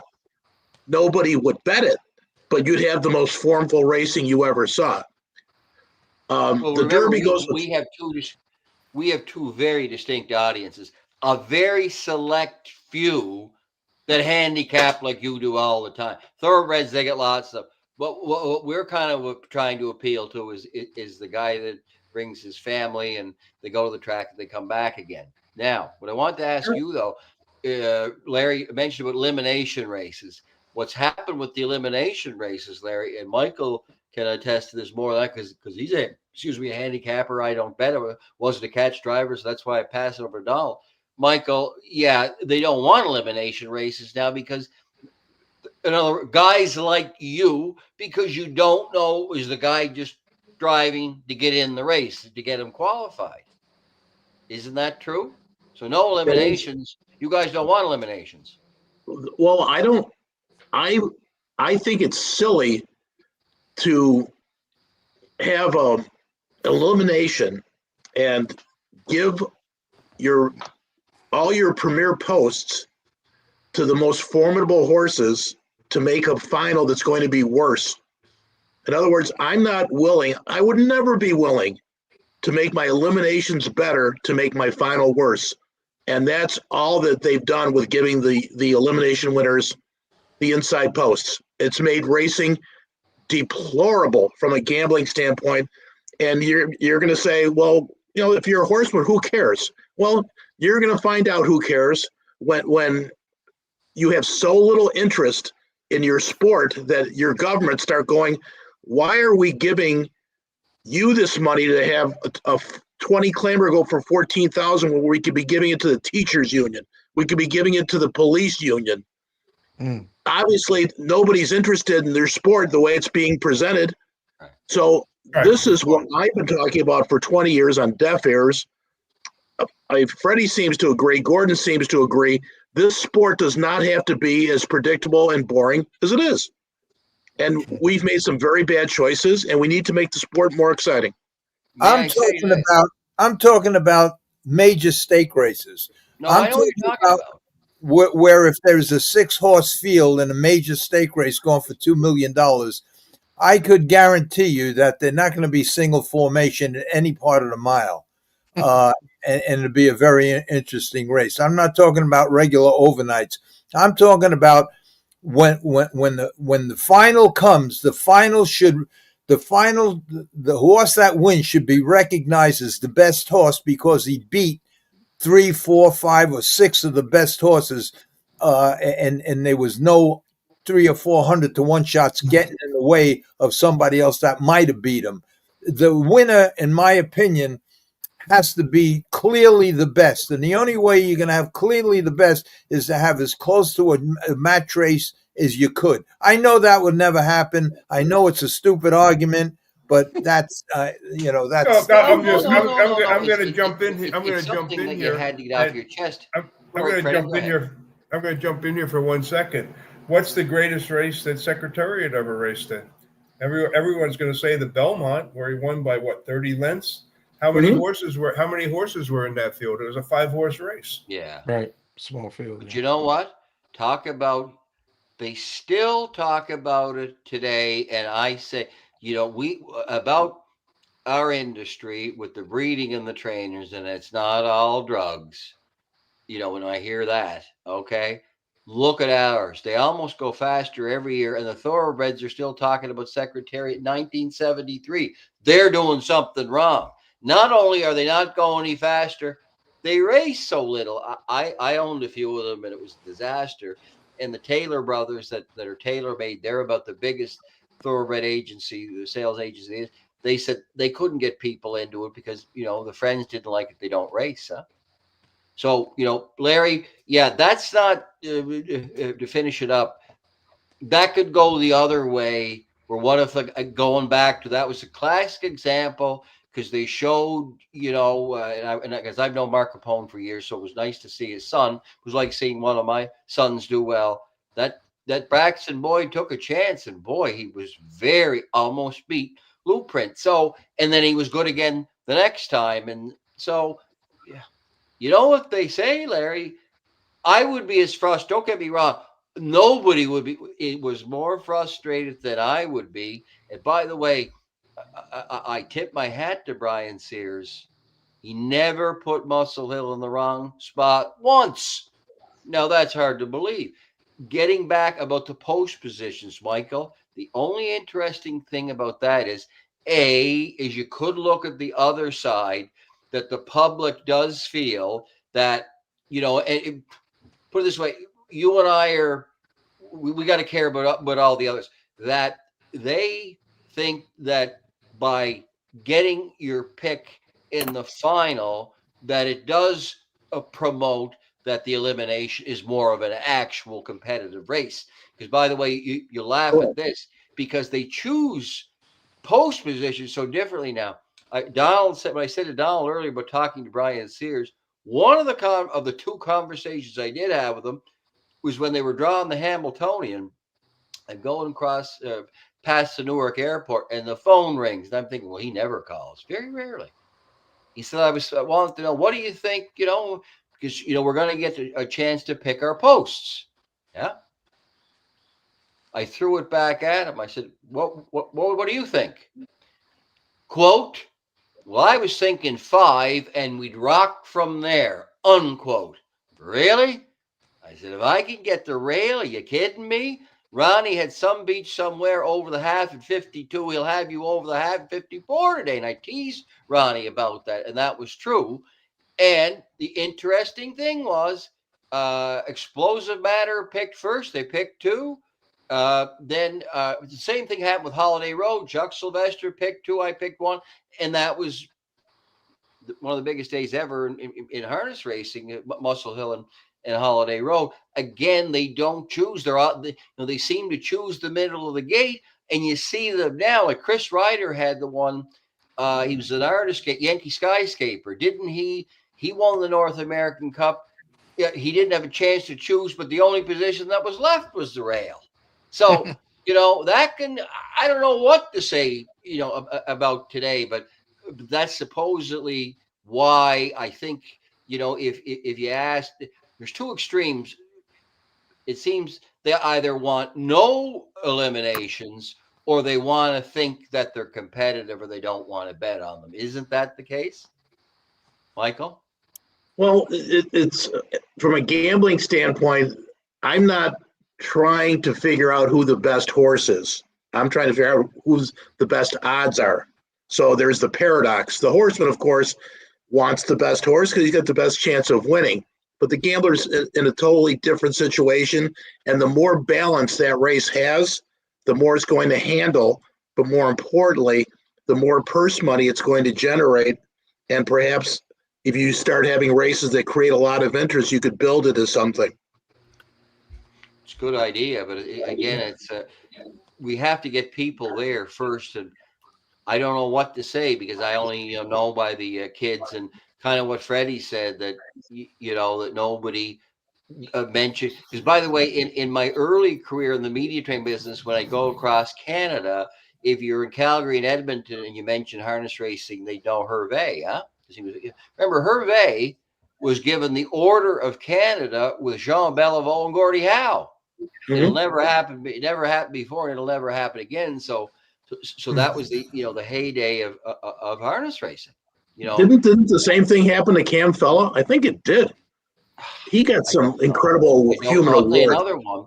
Bill O'Donnell was written up in Saturday Night Magazine in the day, and Saturday Night, it's no longer, it was Canada's national magazine. They used to think it was Maclean's. Say no, it wasn't, and it was not the Globe and Mail Report on Business. So even getting, we had some traction, until boy, and I don't know, we're getting some good people around, like Freddie mentioned, like Gordon Banks would be. First of all, he's objective. He'd be good at this business plan. Freddie's worked on. He's going to send it to you. Donnie's going to talk about it because he judges now too, so he's got some information. You got to send it to Larry because you can't compare Larry to Donald Trump, but in a way you can, because I think they say Donald Trump sleeps 4 hours a day. Larry might be the same way. You must only sleep a few hours a day, do you? I was thinking more, not Donald Trump. I was thinking more Wally Pipp, because you're such an outstanding host this evening, Greg. Thank you for that. Thank you for that, because I keep getting texts from Christy and Gina telling me, say this, don't do that, and I taught this. Thank you for saying that. Boy, I wish I could sign off now like George Costanza, leave it a high note, but I won't. For a viewing audience who doesn't know who Wally Pipp was, Wally Pipp is the guy that tweaked his ankle, got replaced by Lou Gehrig, and Lou Gehrig didn't miss a game for 14 years. Larry, can I ask you a question? Absolutely. Because everybody said, okay, that I'm dominating. So, by the way, I'm overtime. Is that okay? You could say till midnight. I don't care. Well, I can't. You keep going. This is very interesting to me. I would like to see you and Bill O'Donnell, because Bill O'Donnell, he can talk. Well, in the day your phone would go dead, the battery, and about a lot of things too. Bill, he no, I'm talking current events. You want it, and you sit here for 2.5 and 3 hours a few nights a week and do it. Yeah, I'd like to see. I know you've had him on the show. We are gonna get Ronnie Pierce on the show. But how do you do it? How do you do it? It's all I have. This I'll say it again. I said it. This will be the third time in my life I said it.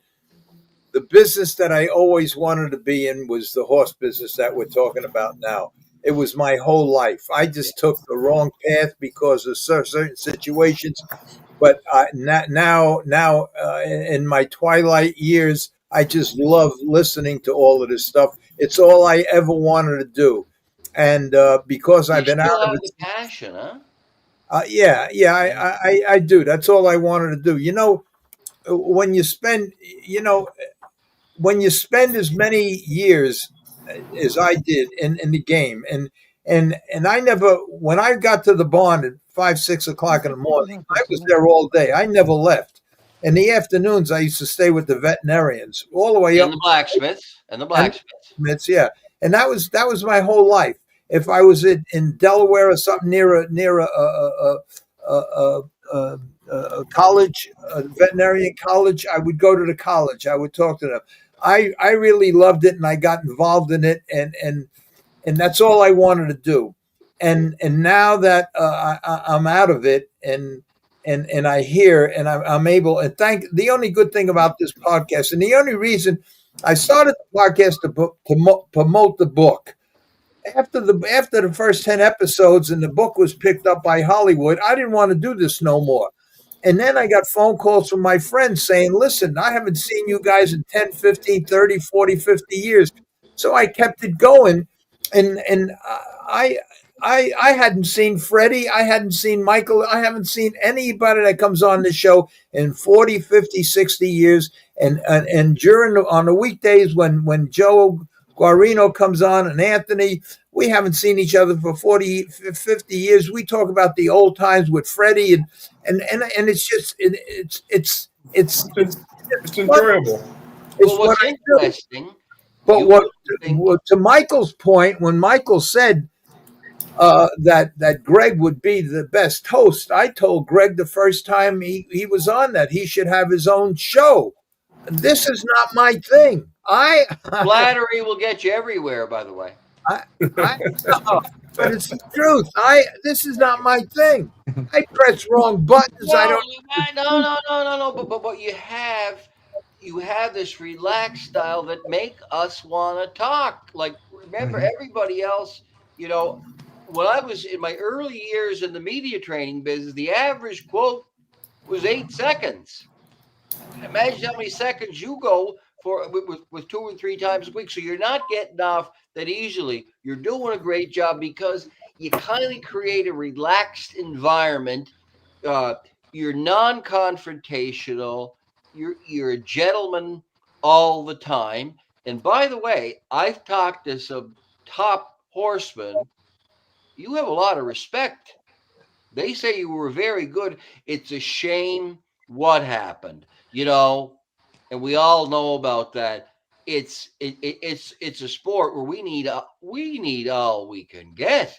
Come on, it doesn't have to be forever. Imagine at your age, if there's like the stable.ca in Canada, Anthony McDowell. People buy 1 and 2 shares for $100 or whatever. They have a good time following that horse. You couldn't even do that. It's ridiculous. But we've always had that, with the regulatory side, because that justifies, the regulatory side. And I should mention this, having worked with a lot of civil servants, lots of them work hard as well. But I'm getting back to you that you're into trying other businesses.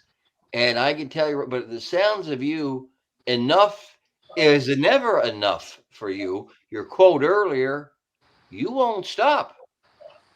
I don't know who's going to stop you from what it is that you want to do. And I get a sense, even I hope that one of your deals work out because you got so many irons in the fire, but you obviously have probably, my sense is that you don't have the horses anymore. So talking about other businesses, being modern in your senior years of that, you're enjoying it, right? Well, yeah, I'm having fun now. Last year I didn't want to do it. In fact, I was going to end it. And Michael LaChance called me up, and he says, don't end it. He says, I'll get. You see, the problem I had was I never asked anybody. I don't want to say heartbroken because to me that I wasn't heartbroken. I adjust to any situation instantly, whether it's good or bad. I adjust instantly. But when I asked, it happened when I asked Jimmy Marone. I was doing the first 4 or 5 podcasts, and when about my book, and I didn't even want to do it because the book already got picked up. But my friends asked me to finish it out, just finish the book chapters. So I got halfway through, and I was at the chapter where Wildwood Jeb was into race. And I just want to throw this in because this fits in what I said before about horses that don't belong. I can't tell you how many newspaper people call me up, including the race secretary, and says, "Are you nuts? This horse is 100 to 1. He's a maiden. He never won a race in his life. You're racing against the best 3-year-olds in the country. Wildwood Jeb. Why are you putting them in? Not only are you putting them in, you're putting up $25,000 to put them in against the best 3-year-olds in the country. Are you fucking nuts?" And I says, "No, I'm not nuts." But that's the question I would love to ask all of these horses that have that because they're eligible, they put in, that 100 to 1 and just getting away. But anyway, getting away from that. You're always going to have that. Look at Russell Hill. There was always full fields. He didn't scare anybody away. And quickly, I'm going to let Freddie get in here. Donald, I just thought of something. Golden Greek actually was trained by Houghton's, wasn't he? No, Golden Greek, when I drove him, was Joe Holloway and they did have him by then. For some reason, yes. I thought you drove him for Houghton and them. No. But I'm wrong. Okay. Okay, I'm going to jump in. I'm going to jump in here with Donald. Yeah. And a lot of people don't know that Donald's been doing a lot of work under the scenes here that nobody knows about, trying to get the pensions for a lot of the drivers and trainers for Roosevelt. You want to talk about that a little bit, Donald, or not? Well, yeah, it's pretty well public knowledge to a lot of people, but it's kind of cooled down now. But there's many guys that are entitled to a retirement from the retirement fund of the SOA of New York, and they didn't know about it. Like I didn't know about it. I didn't know that we were entitled to it because, to my knowledge, it was only for trainers and for the grooms. And when I raced there, that's what I knew for many years. Then I heard later on that they had changed the law after they got the slot machines and the slot money. Then they put it retroactive back around 2019 back. They went back in time and said that drivers that raced there then during that period of time would be eligible to a retirement. And I didn't know anything about it. And some of the people that were telling me had received a retirement fund, money. And I'm like, really? So then I looked into it and I got a lot of, hokey pokey for quite a while. They refused to show you the papers of the documents. I mean, bottom line. It was a lot of interference. Court orders and everything. Attorneys involved. They won't talk Bobby Vetrano. They won't give him anything. Yeah, and they tell him he didn't race at Roosevelt. Meanwhile, he won 1,200 races there. Yeah, there's videos of him racing. Yeah. And like me, I told them, I had more than enough starts. And then they said, well, if you were short, you had to have 10 points to get a retirement fund, retirement money. And if you had 9.99, you still can't get it. You had to have 10 points. And I'm like, I believe I do. I raced there, 20 years, more. And I said, I got to believe I had enough starts in order to get it, but you couldn't get the information. And there's you run through a lot of interference.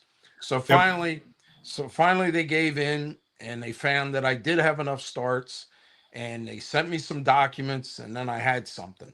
So then they still gave me interference and still time passed and I didn't get anything.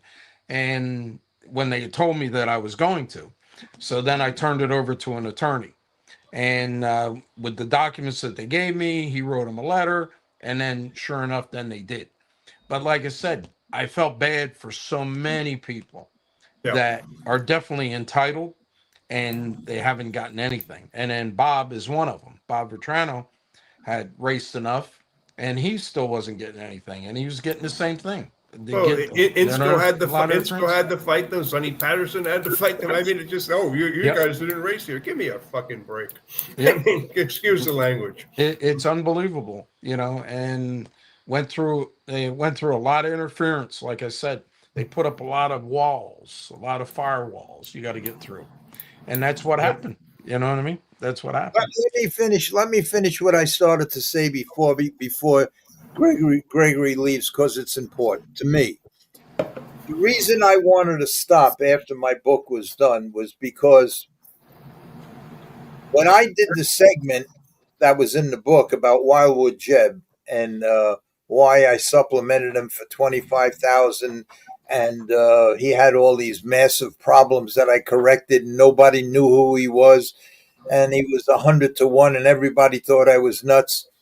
Well, he won. And I put Jimmy Marone down on him. And I asked Jimmy, I says, Jimmy, I'm going to do this podcast and I'm going to show that. I need the charger for your thing here. It's starting to die. I'm going to show the I'm going to show the elimination, and I'm going to show the final of the I guess you got to bring me the plug. So, so what happened was I'm on he the said phone. he would come, Hurry. and so I announced that Jimmy was coming on the show, and he was gonna talk about winning the cane pace, how it felt, how it was driving him, and and then the night of the race, the night of he was supposed to come, he calls me up and he says, I'm sorry, but I can't come. I was told not to come. And I said, you're told not to come. And he says, yeah, because of your in other words, because of your past. And I was told that if I came on the show, I would lose my job. And at that point, I realized that I can't ask anybody to come on. I don't want any. This horse business is tough enough.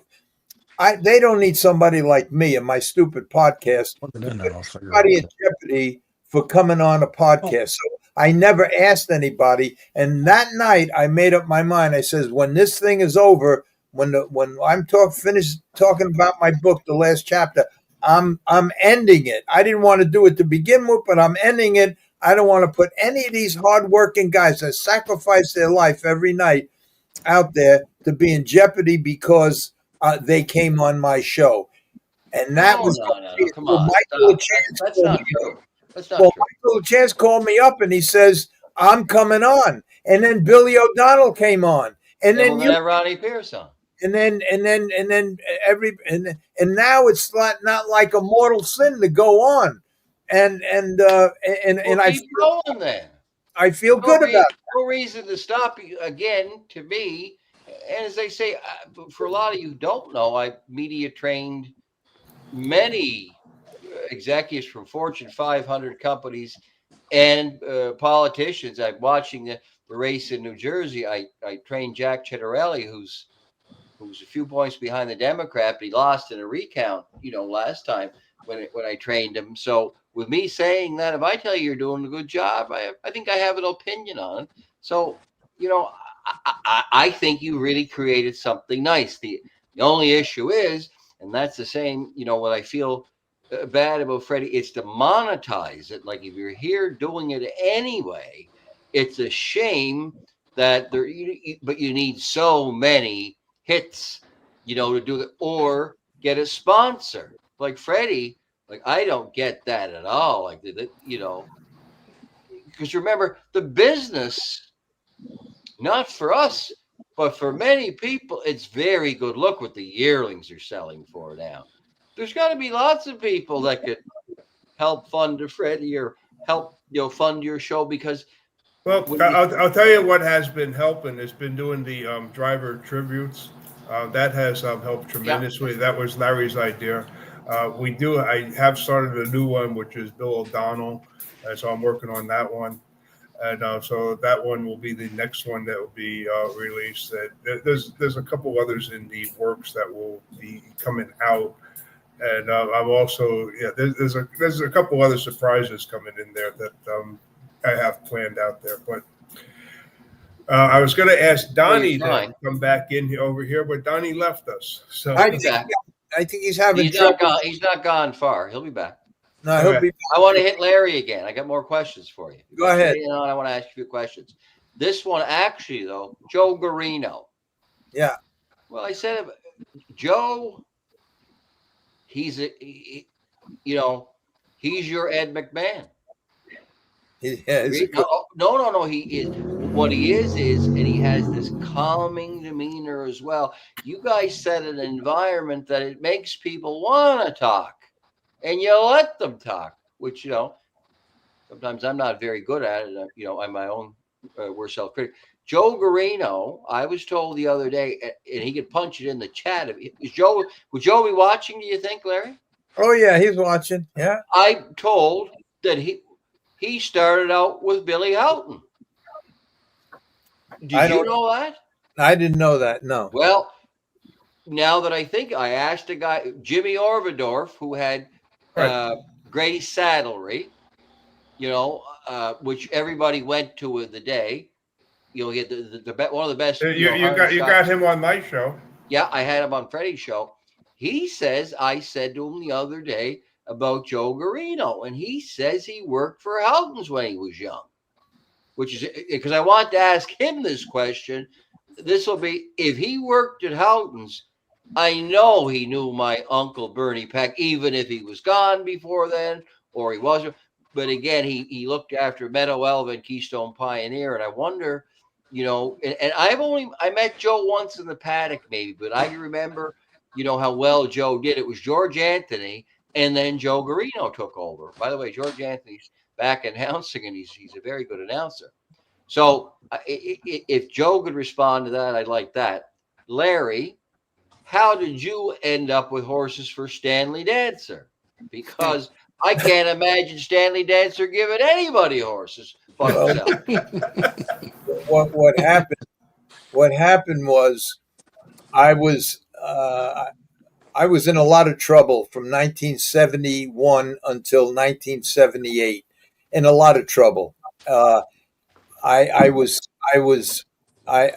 did what I had to do to get out of trouble, and I'm talking about the kind of trouble where I needed millions and millions and millions of dollars. I needed 20,000-30,000 every week to stop myself from getting killed. So I did whatever I had to do, which the whole world knows about it. Now it's in the book, and I talked about it in the podcast.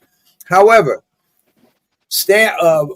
Charles Slutsky, who owned Monticello Raceway and had horses with Stanley Dancer, all the Neville horses, because he owned Neville Hotel, Right. He became one of my best friends, oddly enough.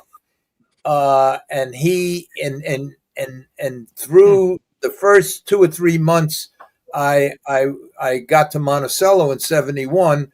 We became very, very close for a strange reason. He was very friendly with a girl that was very friendly with me up there, and the three of us became like three musketeers, and we were out every night after the races together, and we became very, very, very close.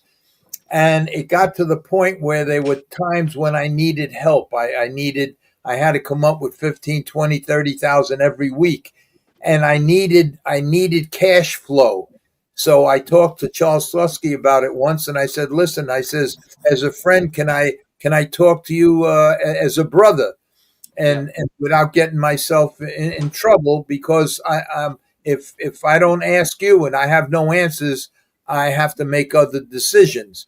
And I told him the trouble I was in, and I said, "Listen, would you okay Schoolmaker, who is the bookmaker of the racetrack, to okay checks for me up to $50,000 without, with no question? And I promise you, I will never bounce a check on you, but it'll give me a cash flow. I'm going to start a 3-state kite going. I'll open up an account here in New York and New Jersey, Delaware, and maybe Philadelphia. I just need cash flow." And he said, "Okay." So through that time, he learned. I told him about, because he asked me, "What's the problem?" And I told him. So he knew my whole story, and he allowed me. He allowed me to do what I did. In fact, there were many times he gave me 50,000, 100,000 to fill the gap here and there. And I always paid him back. But and that was another problem I had, that the judges up there let me get away with murder only because they knew of our relationship. Okay, now 78 comes, 1978. This goes on from 71 to 78. When 1978 comes, a situation happens where I make $500,000-600,000, and I'm able to pay these bad guys that I owe. I pay them off. So all the VIG payments I paid, I still owed them the 700,000. I paid the 800. I paid them off. Once I paid them off, I owed Slutsky maybe 50,000-60,000. I went to him and I says, "Here." He says, "No, hold on to it." I says, "Charles, it's all over. I'm done. It's paid off, everything." He says, "You mean you straightened your whole life out?" I says, "Yes." I says, "It's been a tough ride, but I straightened it out." And he says, "Oh, okay, but keep that money anyway." He says, "Now, you promise me you're going to stay on the right track." He says, "Because I'm going to apply for the Freedom of Information Act. I'm going to find out everything about you. I never did this before, but if I'm going to help you from this point on, out in the open, I got to know everything about you." So He got me to. He sent for the Freedom of Information Act, and right now, and because of that, he saw that because there were plenty of times because when they hired harness track security, all FBI agents that had retired, they come up with harness track security. They followed me all over the place. They knew every move I made. They knew when I went into Newark and Harlem to make the payments, and they knew everything. But they kept it because of Slusky. They kept me going until I got even. Now, when I got even, he says, "Okay." I looked at the Freedom of Information Act, and through that act, I have to tell you this: there's 4 guys that through the years that I won't say no more about that, but they did the wrong thing as far as I'm concerned, and they were supposed to be my friends. But that will stay my secret forever. But then he says, "Okay," he says, "now I'm going to help you." He says, and what he did was that same night, he introduced me to his cousin who owned the Fallsview Hotel right next to him. He introduced me to Alan August, who was the builder building all the extension on all the hotels. And they all gave me a blank check for 100,000, 200,000 to buy horses. Stanley Dancer came up there one time, and they were talking. When they were talking together, we had dinner together. And Stanley, he says, "Let's get Larry a couple of horses. And let's get him going." And Stanley, oddly enough, remembered me from the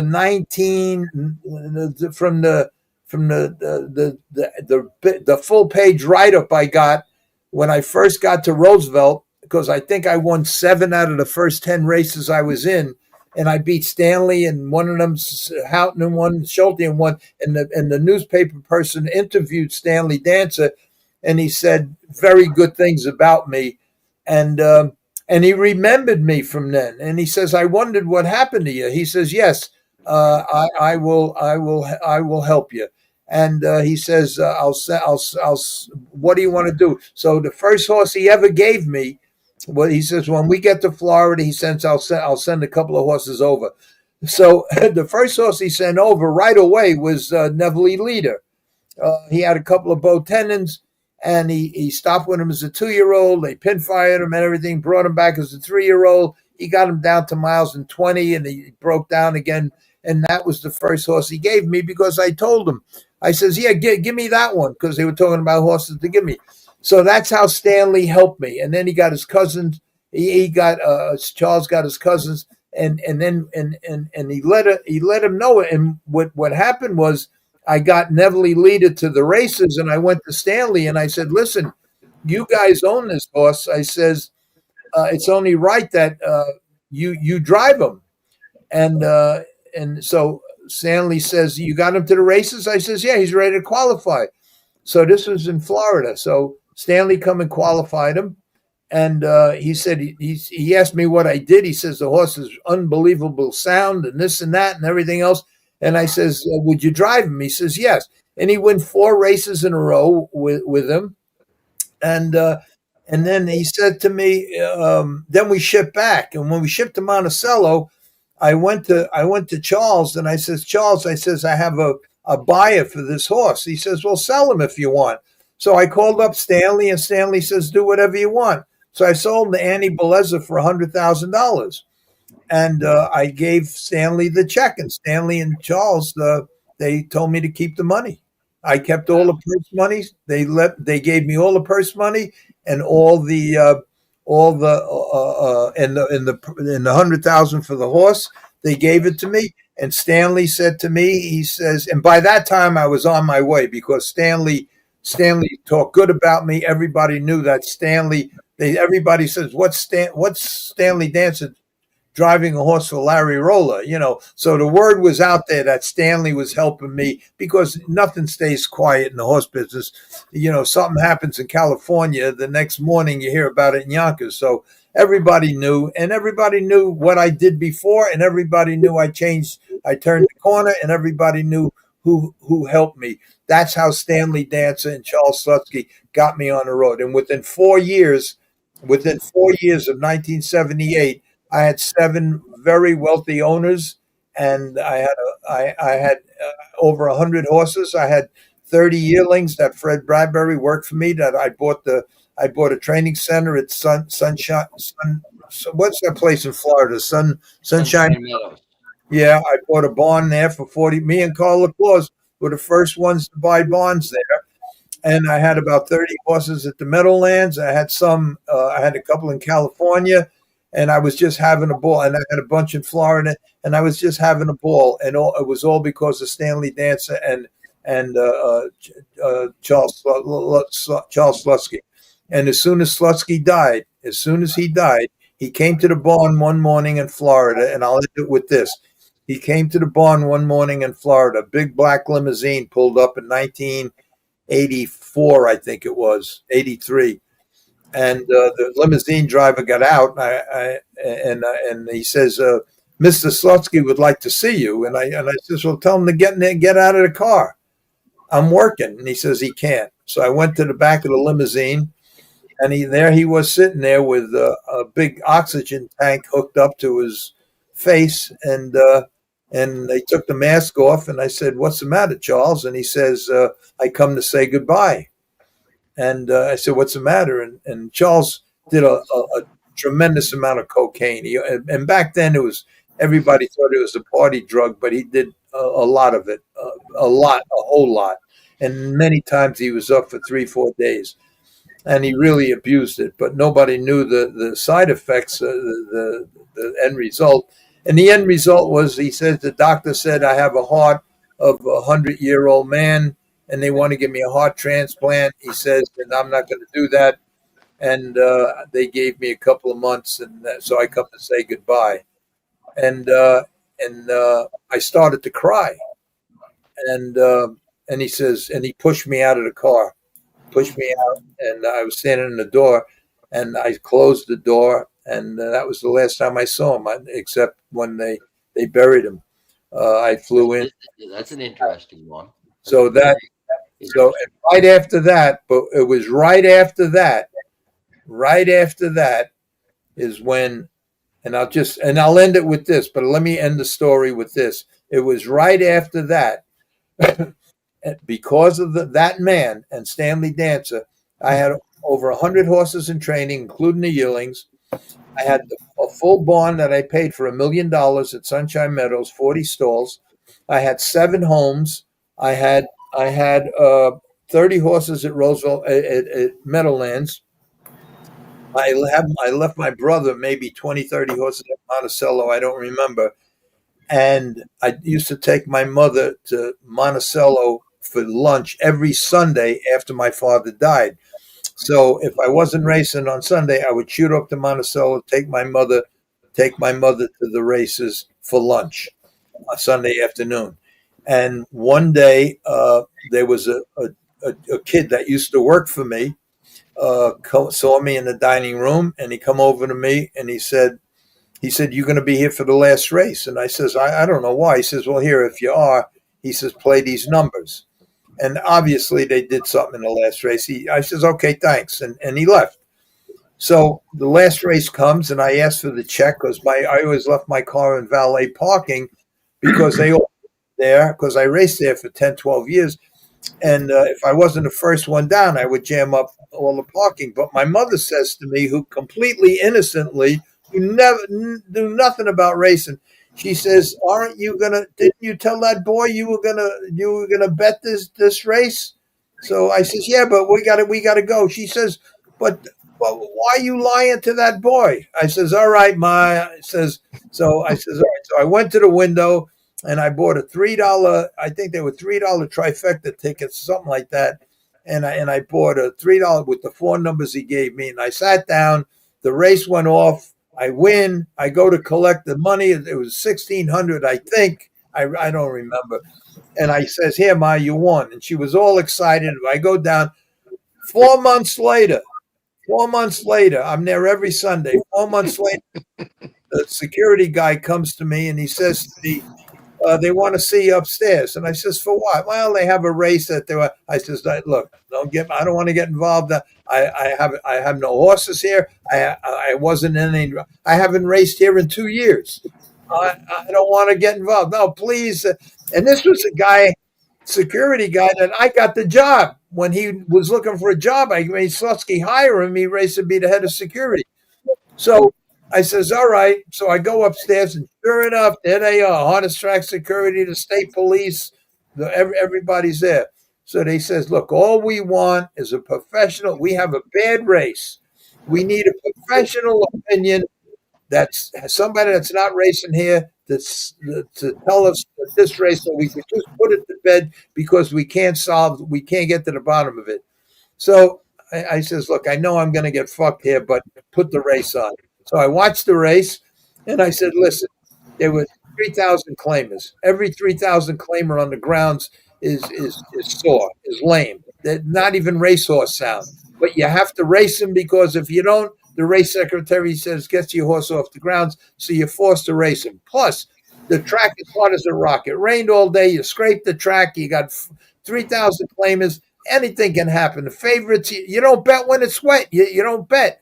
So I says, and that's probably the explanation. So then they asked me the question that crucified me. Did you bet on the race? And I said, I don't know. I don't remember. It's been 3 months ago. You were like Bill Clinton. You should have said, not that I can recall, huh? Yeah. So, well, it didn't make any difference. So they says to me, we want an answer. So I said, listen, I wasn't raced. I didn't race here. I wasn't in the race. I'm a patron. I'm allowed to bet. I'm allowed to win. Whatever. If it's going to help your investigation, like the reason you got said to get me here, tell me what you want me to say. I'll say it, and then you can give it, and then just end the investigation. I figure I protect the 4 guys that did what they did. So they says, look, you have to. We know that you bet the race. If you don't cooperate and tell us who the guy was that gave you the numbers, we're going to suspend your license, because having a license is a privilege, not a right. And if you don't cooperate, you're forced to cooperate your investigation. I says, I have nothing else to say, and they barred me. So because of reciprocity, all the other racetracks barred me. So for three years, I fought 3 different racetracks, and then Florida too. And I lost all of that. And then I wind up selling all my houses and everything to fight for appeals.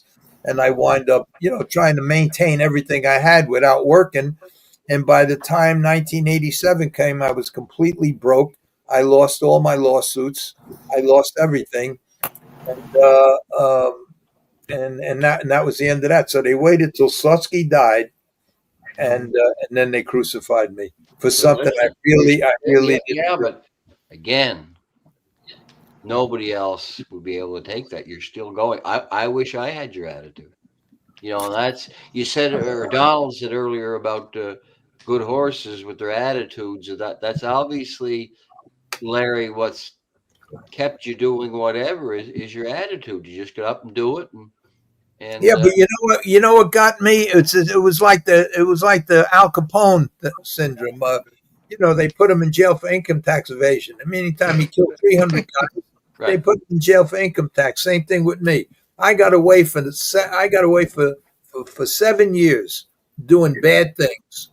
I never got caught.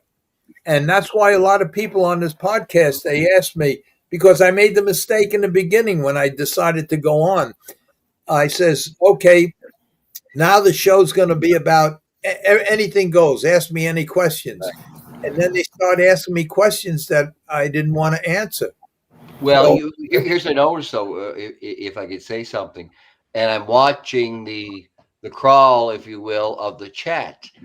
I notice that what's hard for you to do, which I admire, keep going, the chat doesn't seem to reflect whoever is on the show with you. Like, you'd think that and if the Gregory, you're 1,000% right. Yeah. The chat, that's why and they get mad at me too.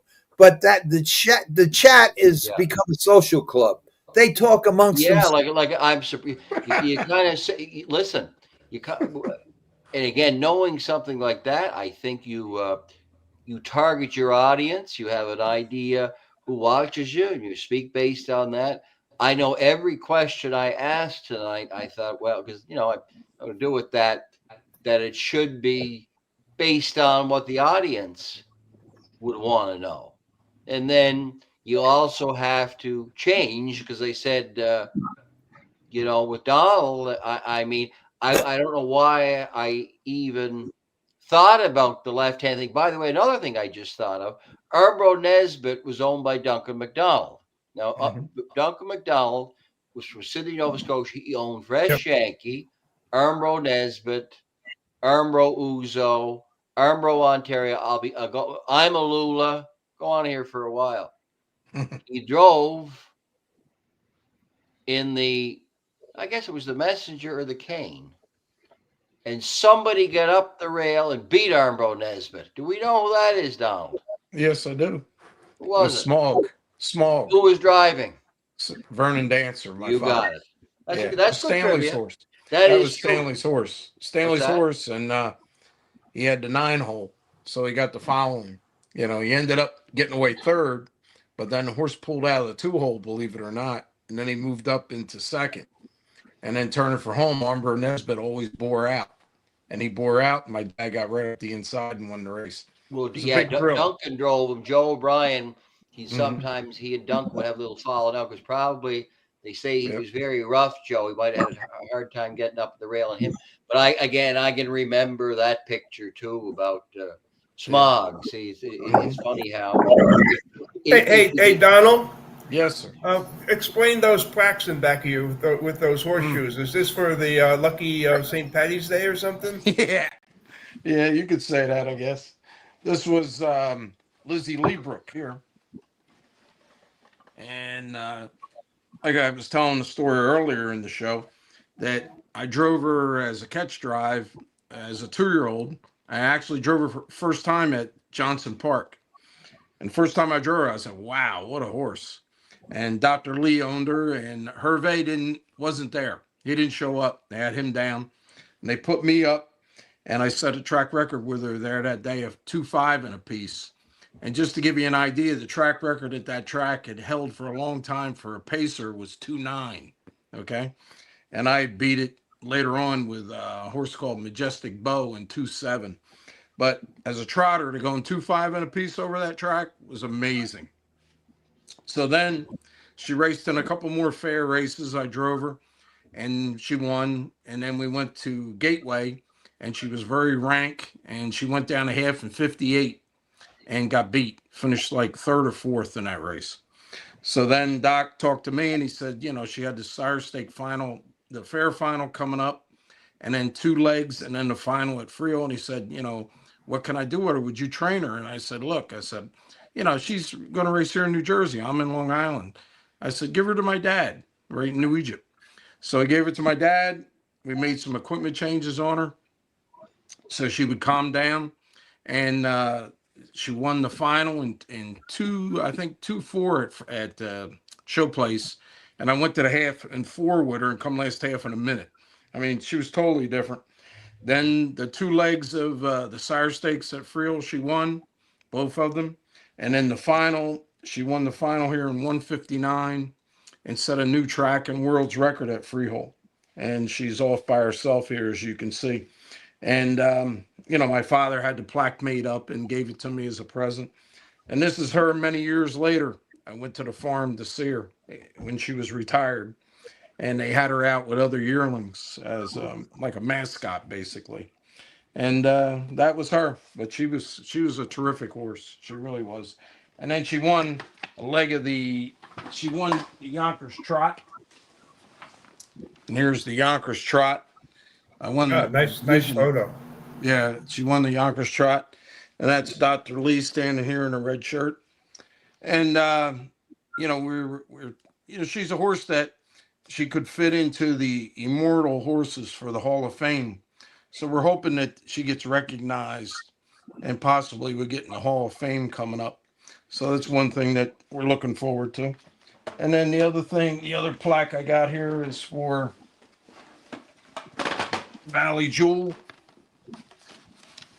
This was a big, you know, one of the a few things that, really meant the world to me was the Helen Dancer Memorial at Freehold. And Hervé was in there with Turn the Tide, which is a world champion horse, filly. And she went off 2-5 favorite. I had the rail and he had the 2-hole. And I was able to keep him locked in behind me and not get out before, the 16th to go. And I won that race. But my whole family was there. So, I mean, my mom and my dad, everybody. And he trained the horse, my father. And Bill Weaver owned the horse. So, I mean, that was a great memory there, and a race that meant the world to me.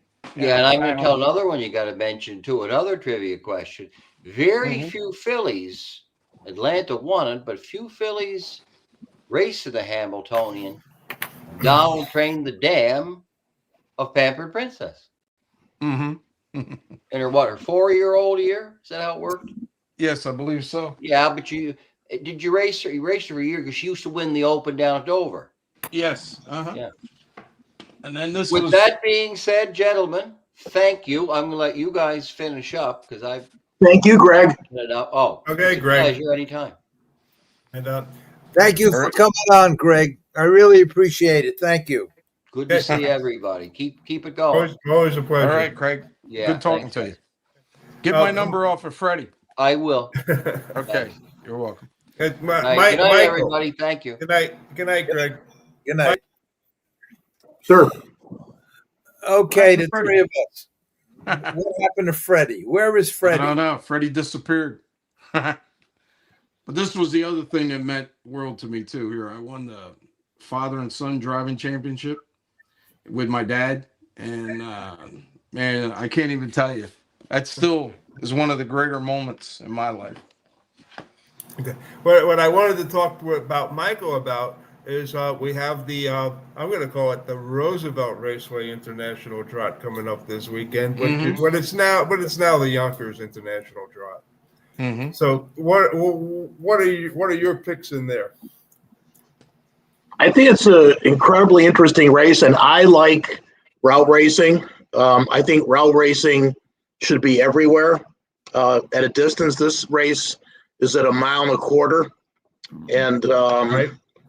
I think Lexus Cody is the horse that won the Maple Leaf Trot. He's got the rail, and his last 2 races have been absolutely phenomenal. I mean, he held off Periculum, speed, the rail. Now you got the extra distance, but Ronnie Burke is really been on fire since the Meadowlands closed.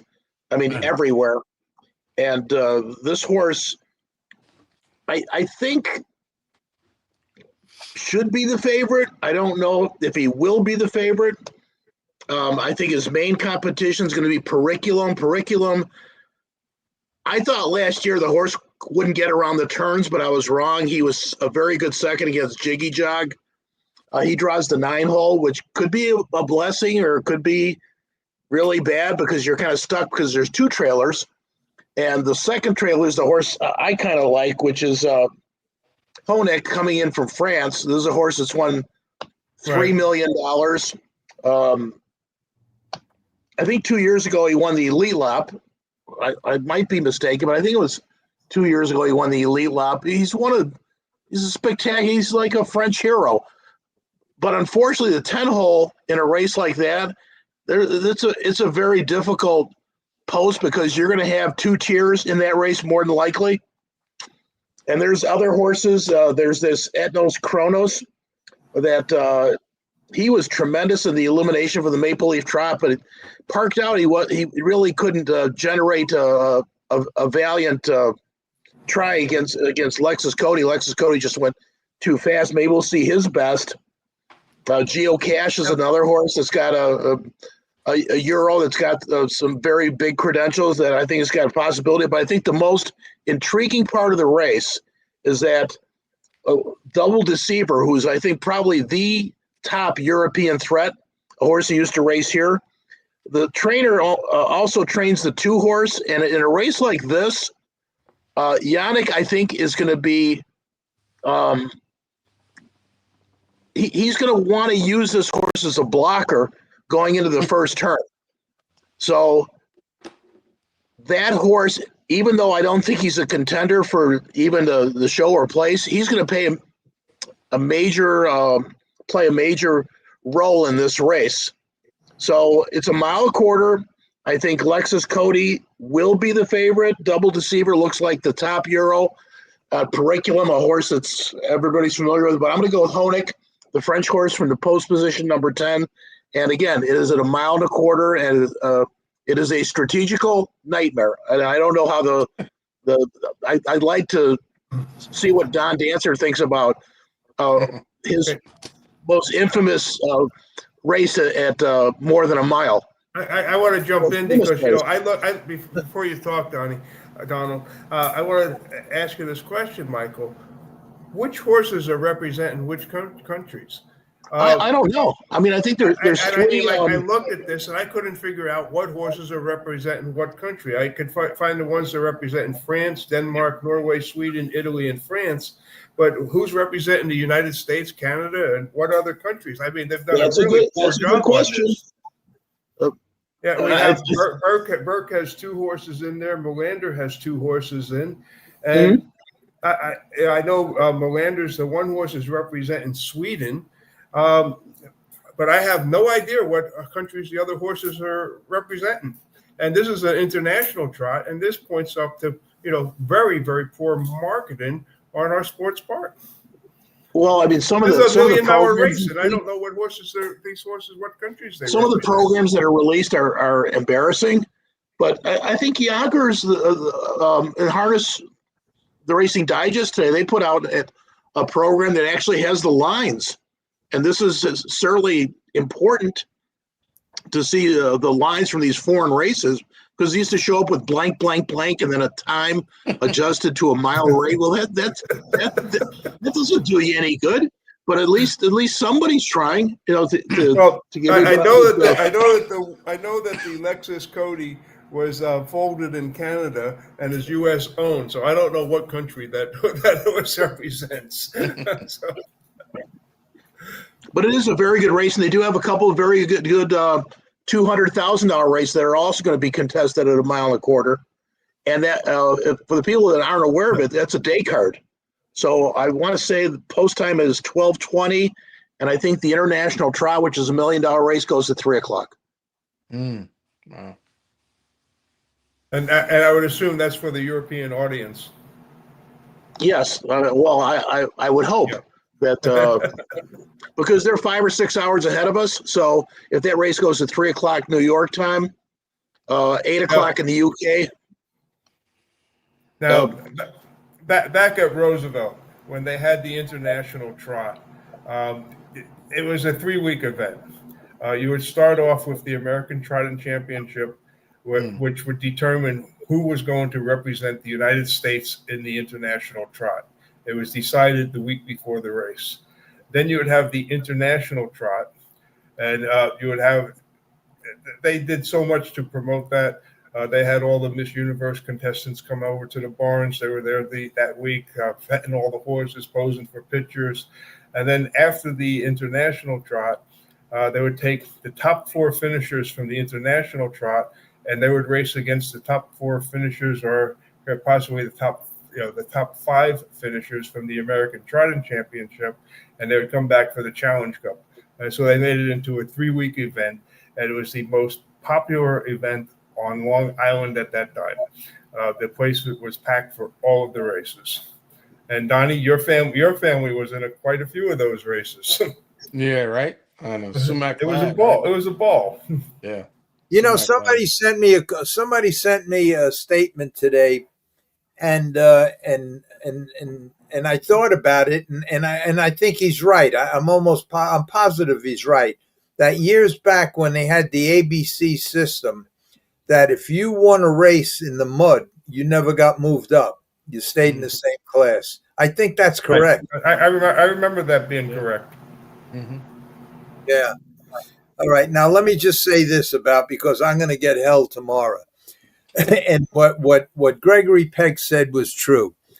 Gregory Peck made a very good statement. He says, "How come I've been looking at the chat the whole time and not one question is pertaining to what we're talking about. And that's why I said it's a social club. And it is. I just scrolled down 57 comments, and everybody's talking about Manny's cigar and everything else except what we're talking about. Really? Now, I appreciate, and then I get a statement here from a guy that watches the show every week, and he says, "Listen, without the chat, there'd be nobody here." And to him, I say, I don't give a fuck. I don't care. I'm doing this for the people who are interested in what we're talking about. Well, let me tell you, Larry. You know, Heather was on the show last week, and I spoke with Heather afterwards, and Heather said what she really enjoyed about being on the show was the interaction with the chat box, with people asking questions, and they were asking her questions. And they were. But so far today, Teddy, I watched. There wasn't one question, not one. There's one question here from and I have it here. When I just scrolled down, I lost it. But I'm gonna get it because it's for Donald. So I'm gonna get it. But 90% of the questions here, they're talking amongst themselves. And that's fine. They want to come on here every Tuesday or Thursday or Friday and have their own. If that's their that's fine. I don't give a fuck. Stay there. That's good. Have fun. But don't tell me that I have to fucking respond to your fucking bullshit questions. And don't say that if it wasn't for us, you'd have no show. I got news for you. I'd still have the fucking show, and maybe you wouldn't listen, but all I care about is talking about, and I think it's disgraceful. I think it's nice what happened last week with Heather, but I think it's disgraceful that I got three guys on here now, Donald Dancer, Michael, and Freddie, that very, very, very interesting stories that I want to hear about. I don't want to hear that somebody asked Manny what kind of cigar you're smoking. I don't give a fuck about what kind of cigar Manny's smoking. I want to hear what Gregory has to say, what Donald has. That's what I care about. And I think it's bullshit that when there's 98 comments here and there's one that I found so far that has to do with what we're talking about. 90% of these people are talking to one another. They don't have one clue what we're talking about. And what we're talking about is what I want to hear. I don't want to hear about you going to a Chinese restaurant tonight. I don't want to hear I don't want to hear that stuff. And then the other guy here, and I'm going to get back to that one question, Larry Cox. Now, Larry Cox is a good guy. Larry Cox is a guy, and he's been on with this show the whole time. But he wrote a statement down here that without us guys in the chat, you wouldn't have a show. So my answer to that is I'm glad you're watching, but if there was no comments at all, I'd still have the show. But I appreciate everybody coming on. But you have to admit that 90% of the questions there have nothing to do with what's going on in these four boxes here. And that's what I'm concerned about. And a lot of people call me and say, you never pay attention to the chat. Well, if you ask me what kind of cigar Manny smokes, I don't know. I don't know, and I don't care. I do care what them trophies are and what them things that Donald Dancer has back there. I do care about what Freddie has to say. I'm very interested in what's going on in the harness world and the racing world today that Michael has to say. How many times am I going to say, hi, Sundance. Oh, good morning, Patricia. Hi, all the way down. It's a social club, and fine, that's okay. So I have a social club here, but don't expect me to be involved in the social club except for some questions. And I look, and that's why I say, because it is a social club, it's like Dear Abby. It's like Dear Abby. But if you have a question for the guests that are nice enough to come on here, just put question or put a bunch of this way. When I scroll down, I don't have to read a lot of the stuff that has nothing to do with what we're talking about. And I mean, I can't. How would you like it if I asked Donnie Dancer, what was the best Chinese restaurant you went to when you? I mean, what does that have? No, but I am gonna ask. And what bothers me about it, and why I just sometimes I shut it off, is that because they're doing this social media stuff, this chat, they're not paying attention to what they should be paying attention to. So, and that's okay. So if this is a way for them to get to contact with one another every week, good for them, and fine. That's okay. But there's a question here. I keep going back and forth, but let me find it. There's a question here for Donnie. The first one. I have to scroll down 50 something, hello, and how's your cigar, and how do you love your cigar, and 100% man, 7 minutes from my house, and all stuff that means has not. And like I said 3 times already, that when they're going back and forth, we're talking about very, very interesting stuff. Okay, so let me find this one question for Donald. And there's one here for Freddie too. Okay, so out of 100, there's 2. Okay, I found one for Donald while I'm scrolling down here. Is that the one with Billy Bresnahan? Yep. It says, Donald, I know you knew Billy Bresnahan pretty well. What really happened to him? He had a lot of talent. What a waste. And you don't have to answer that if you don't want, Donald. I don't know exactly all the details, but I know he was racing at Freehold. He actually drove a horse for me. I took him to Saratoga one time to drive part of an entry I had in a final. And I always got along good with Billy. And then something happened at Freehold. I don't know. There was some kind of investigation going on or something with Richard Wocho and a few other guys. And he got himself jammed up some kind of way. And that kind of ended his career. That's what I know. Yeah. And weird thing was, I was at the courthouse one day in Freehold over a speeding ticket or something. And the next thing I know, I'm hearing his name called, that they're calling him to a different courtroom. And I'm like, oh my God, who would think that in a small world? You know what I mean? But I didn't run into him. And I haven't seen him. I haven't seen him in many, many years. You know, it's a shame. His uncle or father won the what was it? The twin double over at Roosevelt, like in the 1960s. It was like one of the real big ones for like $100,000.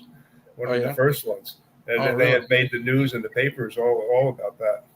Wow, I didn't know that either. Let me throw down these things real quick, and then we'll get back to some. PM, and he's a good guy. This guy's another good guy. They're all good people on here. They just, it's just a social club. It's and good for them. But Larry, how many viewers do you have on your show? Would you say, in general? Well, because it's at night. Like in the morning, I check. There's maybe 300-400 that watch it. But then every day, another 100 or 2 watch it, and then watch the rerun or something. Then they have to. But the people that the numbers, it's the same people in the chat all the time. Right. So the other people aren't asking questions, or like the guy that saw the show when I was on it before. They didn't write in a chat a question or anything else. Well, don't you think that they should? So don't you think that you instead of asking Manny what kind of cigars do you smoke? Well, if they're doing that, yeah. If they're doing that, yes. But I think, and then when I see these questions, I shut the chat. I shut the chat off. I shut the comments off because all I see is the same thing. And then the next day I get you never answered my question. Well, the question was, okay. So here's I'll give, because this guy's a good guy. This guy's a nice guy. His real name, that's not his real name. His real name is Anthony, but he's a good guy. He says, Larry, was Carmine the first true catch driver that never trained any horses, or were there any others that you know of? I'll tell you what I know, and then they could chime in. as far as I know, Carmine trained his own horses, plus his brother Anthony trained horses. And I think at the same time Carmine was doing that, I think Lucien Fontaine kind of hooked up with that Greek guy. What the hell was his name? Steve Demas. Steve Demas, and he became a catch driver strictly for. I think he gave up his. Maybe he didn't give up his own stable, but I don't. Lucien was probably ahead of Carmine giving up his stable, and that was because Lucien had sent the horse down to Liberty Bell, and the horse raced down there, and they were setting up a new lab down there, and to do the blood testing. And Lucien's horse came back positive, and Lucien was like outraged because it's a horse that he sent the horse down to Liberty Bell, and he's listed as the trainer. So he fought it. He actually won, and they reversed it. But back in those days, when you appealed it, you were taking your days. So he appealed it, and he had they gave him 90-day suspension. But he ended up only serving like 30 days or 40 days, and then he won his appeal. And he basically said he would never train a horse ever again. And so he basically took his name off as trainer from that point on. I think the real true catch drivers started with in '84 when I wound up being barred for life because of that incident I talked about, and I gave all Cadish's horses to Billy O'Donnell, and Billy O'Donnell had to give up his stable because he just had he wound up giving the horses I gave to him to Teddy Wing because he was just listed on too many horses, and so he had to give up his own racing stable. And that's when I think Campbell did the same thing. And I think them two guys were probably the first true, real catch drivers that only showed up, with a whip for qualifiers and for night racing. Now, just to prove a point, a little bit of a point, and I'm going down a little. I'm just going to put a couple on here so you know what I'm talking about. And I already passed 90 that didn't show, but here's what we're going. Here, Manny. Easy, David. I am not on the podcast tonight. David, come on, Manny. You're one of the best. Manny. Thanks, David. You are one hell of a guy yourself. David, you still own any horses? I spoke to Johnny D the other day. He said, now what the fuck does any of that have to do with anything that we were talking about today? That's why I don't pay too much attention to this when I breeze through. But if you have a legitimate question for some of the people that are on here, just put a question on there. And if I don't see it, I'm not going to comment, and have your own social club. This way you have something to touch, like sending a letter into Dear Abby or something. Yeah. Anyway. I want to ask Freddie something. I think the first catch driver, what I remember my family talking about, was Huey Bell. That he was the first one that would drive, start catch driving and drive other people's horses, and had a tremendous amount of success with them. Yeah, but he also right down the road. Yeah. Back in we're going back into the 50s. Yeah, but my dad was catch driving back then, along with Huey Bell. My dad was ranked one of the top catch drivers in the country back then, along with Huey Bell. Chappie was catch driving. Buddy was catch driving. Catch driving is not. There's a sort of a misconception about how catch driving came about. A lot of Paul Vineyard, he was a great driver, and as he got older, he became a trainer, and he used catch drivers to drive his horses. George Wampetich, George Butterworth. I can go down the line. Then you have a couple others that like Mike Santa Maria, Joe Feraldo.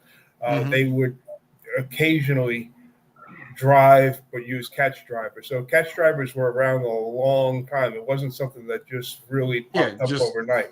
Right. And then if you go back to the 1940s, now this one is really great when they had all the recalls, and the reason for the recalls, a lot of it was because the drivers were trying to get a jump, and they would purposely cause false recalls, and so the judges put rules in, and they said, screw this shit. So they basically would pull the drivers from the horses and put other drivers down to drive the horses. Right. And that sort of ended that real quick. Right. I got you. Yeah. Freddie, PM says, I was talking to Rocky Toscano yesterday. He said he worked for your father, and he also told me he was the first one to put you in the jog cart when you were a young boy. Is that true? No. I was in a jog cart long before Rocky worked for my dad. And Rocky came along. I think he started working for my dad in 1970. So when we were in the international with Stylish Major. So no, I had been in a jog cart many times before that.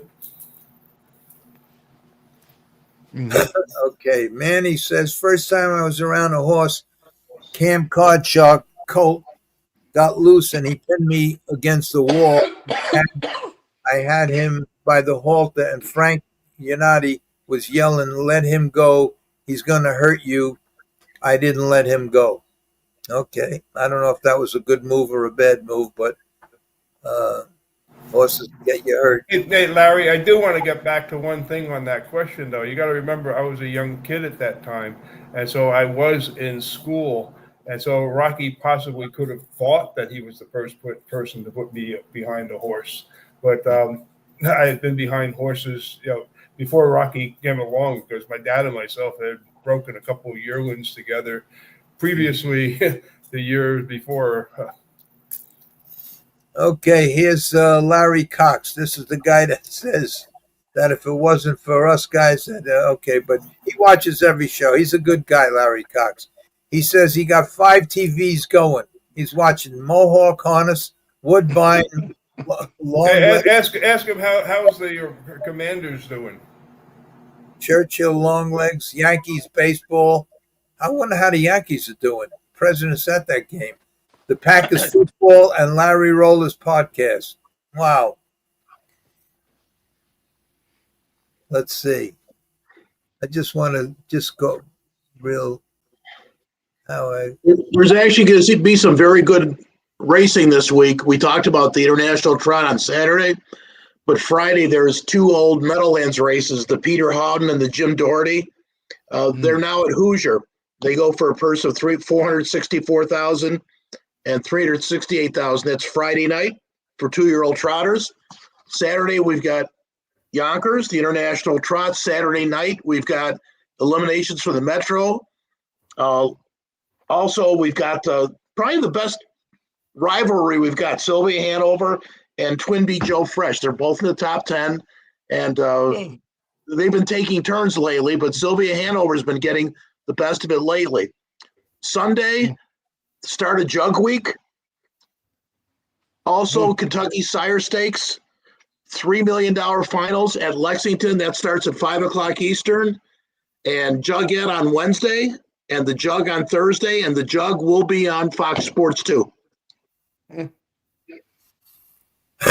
All right, here's a question for you. Breeders' Crown, Grand Circuit, Hambo, all small picture, overnight racing, a joke, night in, night out, $4 exactas, 6-7 horse fields, no value. Insco, Schulte, Carmine, Gilmore listed on 3 horses, same race. Well, it's like I'm not blaming Woodbine. They're not the only track to do this, but Saturday night they've got 2 eliminations for the Metro, and they got 2 eliminations for the She's a Great Lady. Those are major stakes. I saw it. 4 6-horse fields. Who can get this? So.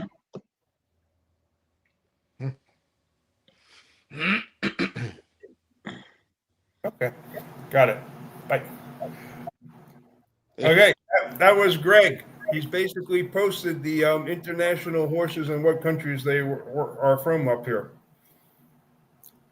We got Lexus Cody, Canada, Gammon Jabba, France, Geocache, Germany. I would have thought Norway, but Powell, Denmark, I meant. Powell, Norway. Estro Krona, Sweden. Double Deceiver, United States. Ideal Longerines, whatever it is, France. Diva EK, Italy. And then Precarium, United States. And Honeck, United States. Yeah, and double deceivers from the United States. He hasn't raced in the United States in like 3 years. Well, like I said, they didn't list it anyplace. Right. So Tom Kopp says, I guess he's responding to what we were talking about before, my stupid question. More horses in a race increase the handle, and if harness horses would stop going single file, there would be more business with the betters. Catered to the betters, not the horsemen. And then he follows up with this. The Kentucky Derby had 20 horses in it, and most of the time a long shot wins. It's the biggest horse race in the world. Here's my feeling about that, just to extend it a little bit. Let me just say this. When you ask a better, like I would say maybe in this crew right here that we have, like Michael will have a different opinion than I would or Donald would, I think, when it comes to the size of a field. Sure, the Kentucky Derby has 20 horses in it, and all I'm saying is that each one of them horses paid their way to get there or were eligible for that, paid to be in it. But all I'm saying is that 20 out of the 20, probably half of them didn't belong in a race. And you could tell by the finish of the race. They're strung out a quarter of a mile. And all they do, in my opinion, if everybody wants to see who's really the best horse, who's the Triple Crown winner, the best horse, you got to give the handful of the best of the rest legitimate shots. You can't put 4, 5, 600 to 1 shots that don't belong there in front of them, blocking them, locking them in, but I know that can't be done. But all I'm saying is that I would be mad as hell if I had the favorite going into, say, the Meadowlands pace, and they were 12 horses in the Meadowlands pace, and I got the 10 hole, and there were 2 trailers in the race, and I was really the best horse in the race. I mean, in half the field didn't really belong in the race.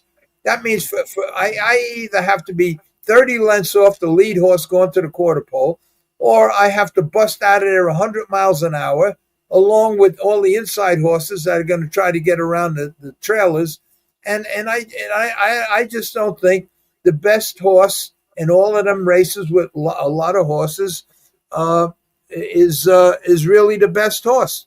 And that's all I'm saying. I'm saying give the top 3, 4, 5, 6 contenders a race of their own to see who, much like a match race, and you'll see a lot of movement, and that's all I'm saying. I know it'll never happen, but that's all I'm saying. And I know one thing: if you own the horse that I just described, you'd feel the same way. What the fuck is that horse doing? They don't even belong in here. And that's the great paradox in racing, has been for 30 years. The bettors want a 12, 13 horse field. Right. The horsemen want a 4-horse field. Right. And the one true statement there is the bettors want something that actually will be a business, and the horsemen absolutely do not.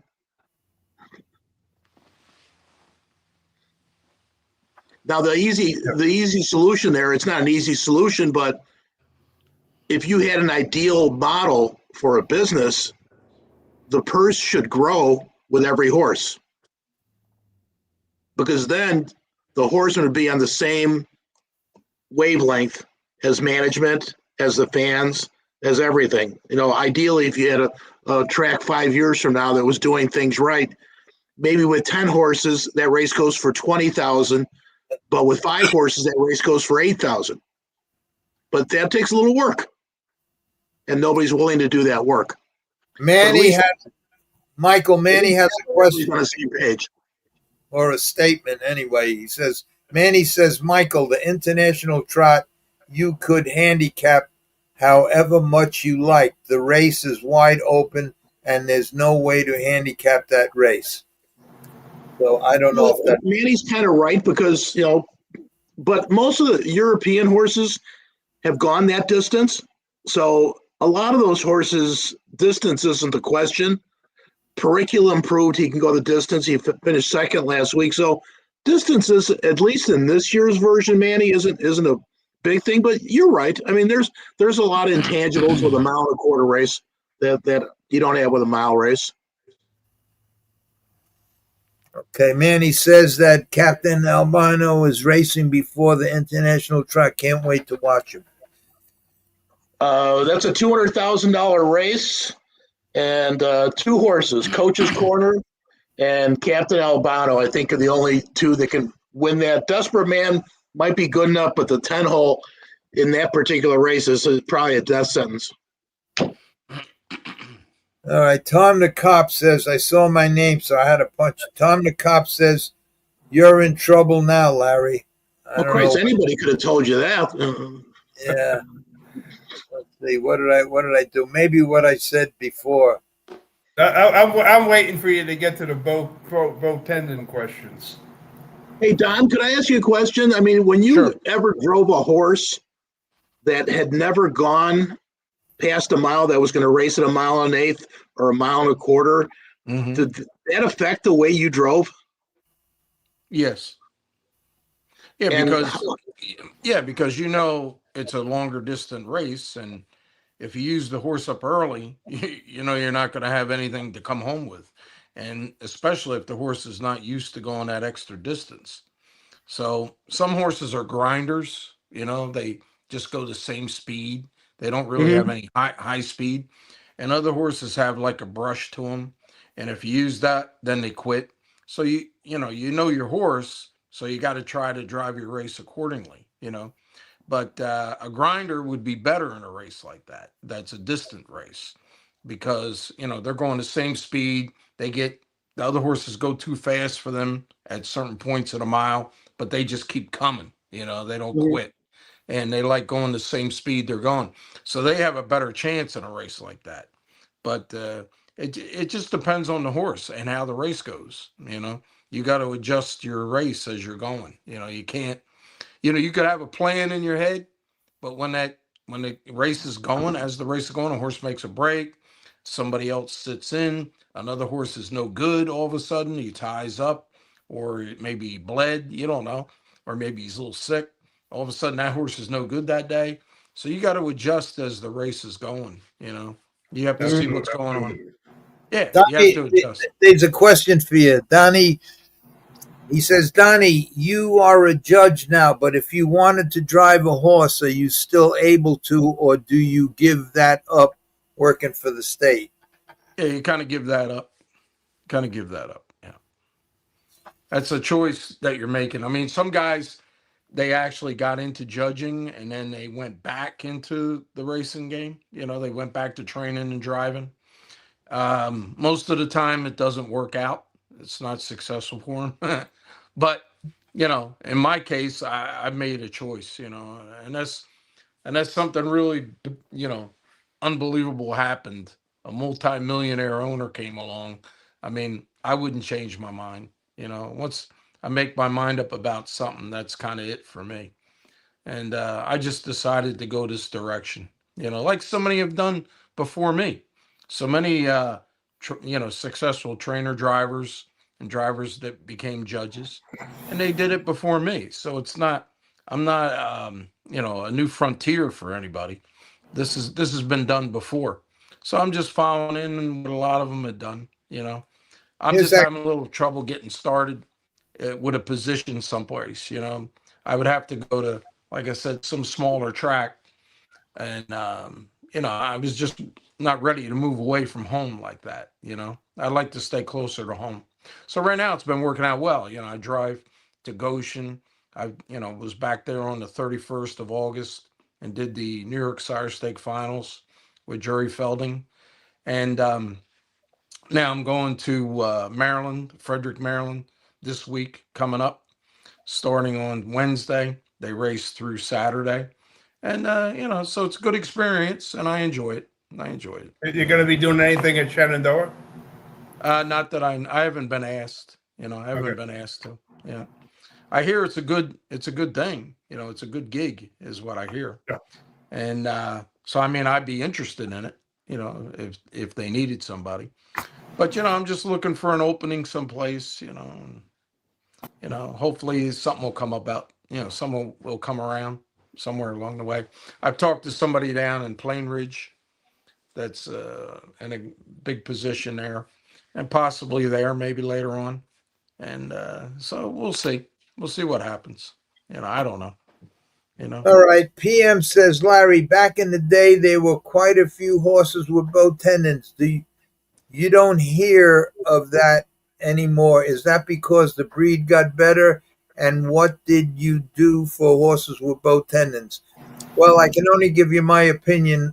I believe, and I believe this for a long time because I watched it pretty closely, that that certain breeds like Gene Abbey, I'm talking. Well, I can't get into that, but no, I think the breeders did a smart thing. They kind of spread out all conformation flaws as the years went on, and now very few horses bow tendons, and most of the tendons that abode because of slipping and sliding or accidents or something, not because of their mother or father had bow tendons. I think they bred most of that out. I think most of the conformation flaws were bred out of the horses today. So I believe that's what I believe. And as far as for bow tendons, how I treated them, every horse was different. What worked with one, if you went hot with one, it worked. And if you went hot with another one, it wouldn't work. Some was just cold treatment, and some was just hot treatment. Most of the time, it was just hot. What I did, if a horse bowed a tendon, first of all, if a horse bowed a tendon in a race, the first thing that you should do, in my opinion, and what I did, as soon as he comes back to the barn, 20 cc's of butazolidine, inject the tendon up and down that same night with Predef or some kind of very weak cortisone. Put a gel cast on it, keep them on bute for a couple of days. After 3-4 days, take the gel cast off. The Predef is a very light cortisone, but it draws everything up. And when you take the Gelocast bandage off after 3-4 days, the leg will probably look like it was brand new. It looked kind of normal, and then either pin fired or painted with some kind of paint, and just give them some time, and then take it from there. And that's the most success I had with a fresh bow. The treatment naturally would be different if you inherited a horse that had bow tendons, and but just like many horses that it's inherited, they just bow and then they rebow, and some you just never get back. But anyway, they now have the stem cell stuff, which increases the healing times. It speeds up the healing time, which we never had years ago. But Donnie, now you've been racing more recently than Larry and myself. Have you run across any horses with bows that you raced? Yeah. Recently. Yeah, not recently, no. You know, when I was coming to the I raced up until around, I think it was 2017 or 16 was it for me. And no, I didn't run into that problem at that point. The problem I was running into was keeping up, and being able to pass them. They're going so fast that they're not concerned about strategy or anything. They just roll them. You don't have time to think about strategy. No, they just roll. So now you're about saving ground and trying to keep up and being able to pass them when you're coming home.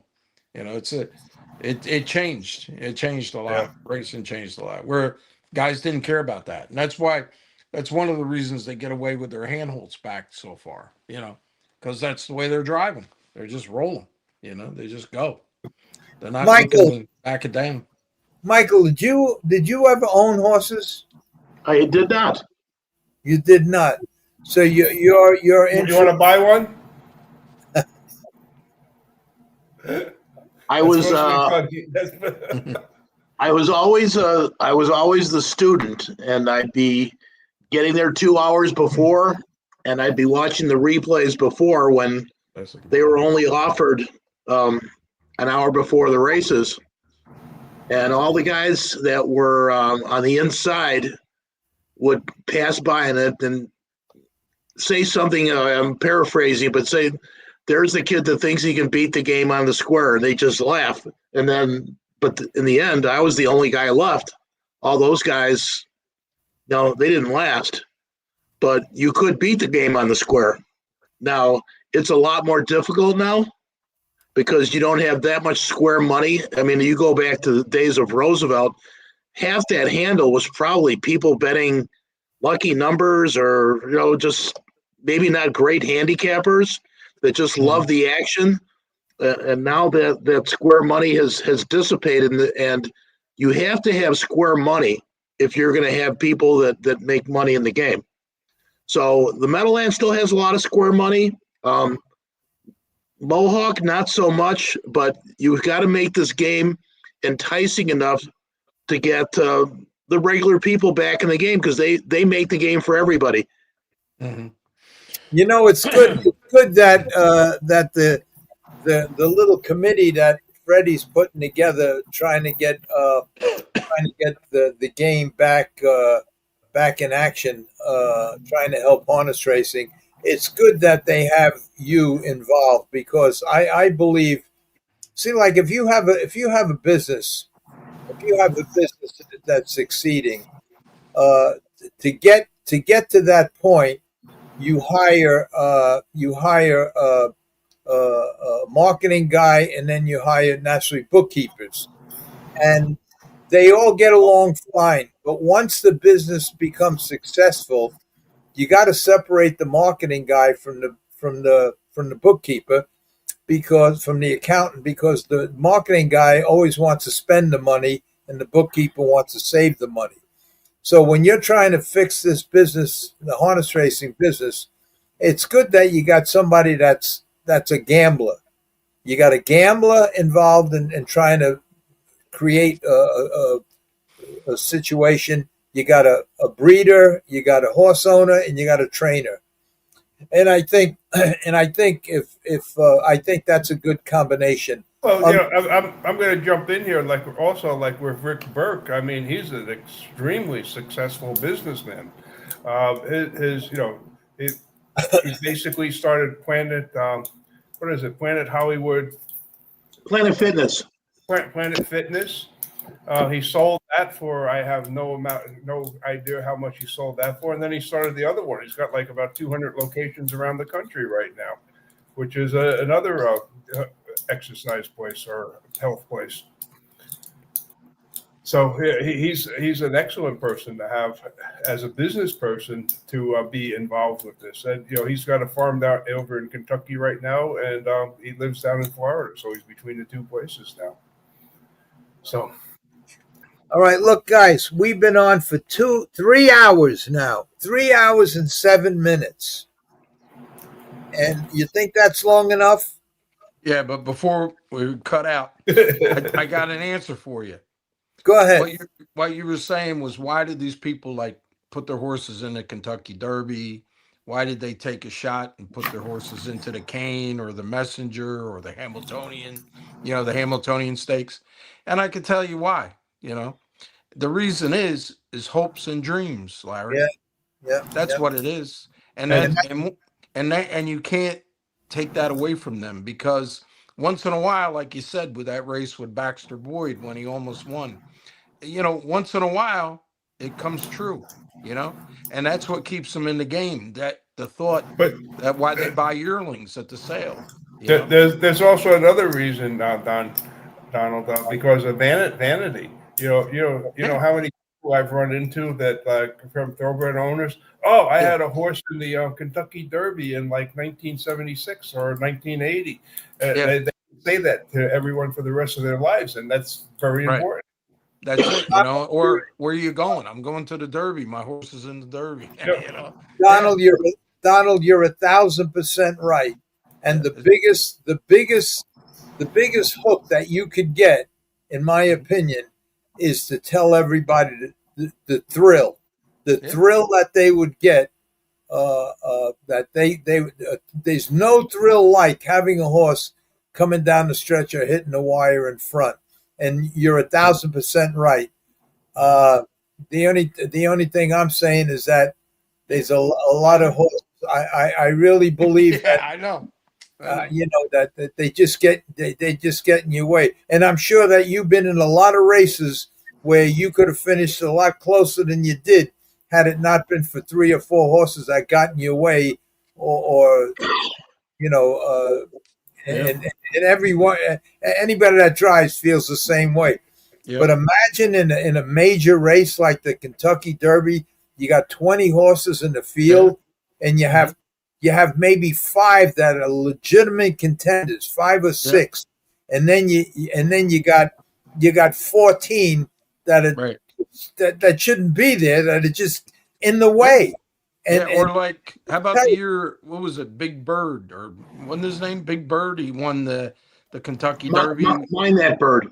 Mind that bird. Yeah, and paid $100 and something. Or he won the New Mexico. He won the New Mexico Derby. Yeah, or that other horse that won a few years ago, that direct horse, I think his name was, paid $200. Oh, there was Rich Strike. Yeah, Rich Strike, that's it. So that's what I say. You just never know, and that's what keeps them going. That's what makes them go to the sale and buy another one and buy another one. Well, this is why I disagree with Larry, and I just disagree. I'm not telling you you're wrong, but Braxton Boyd had $1 billion to 1 shot, right? Yeah. And here's a kid that maybe he said this, maybe he didn't, but he's like, do I ever have to have a starter in the Meadowlands pace again? And is somebody going to put me up?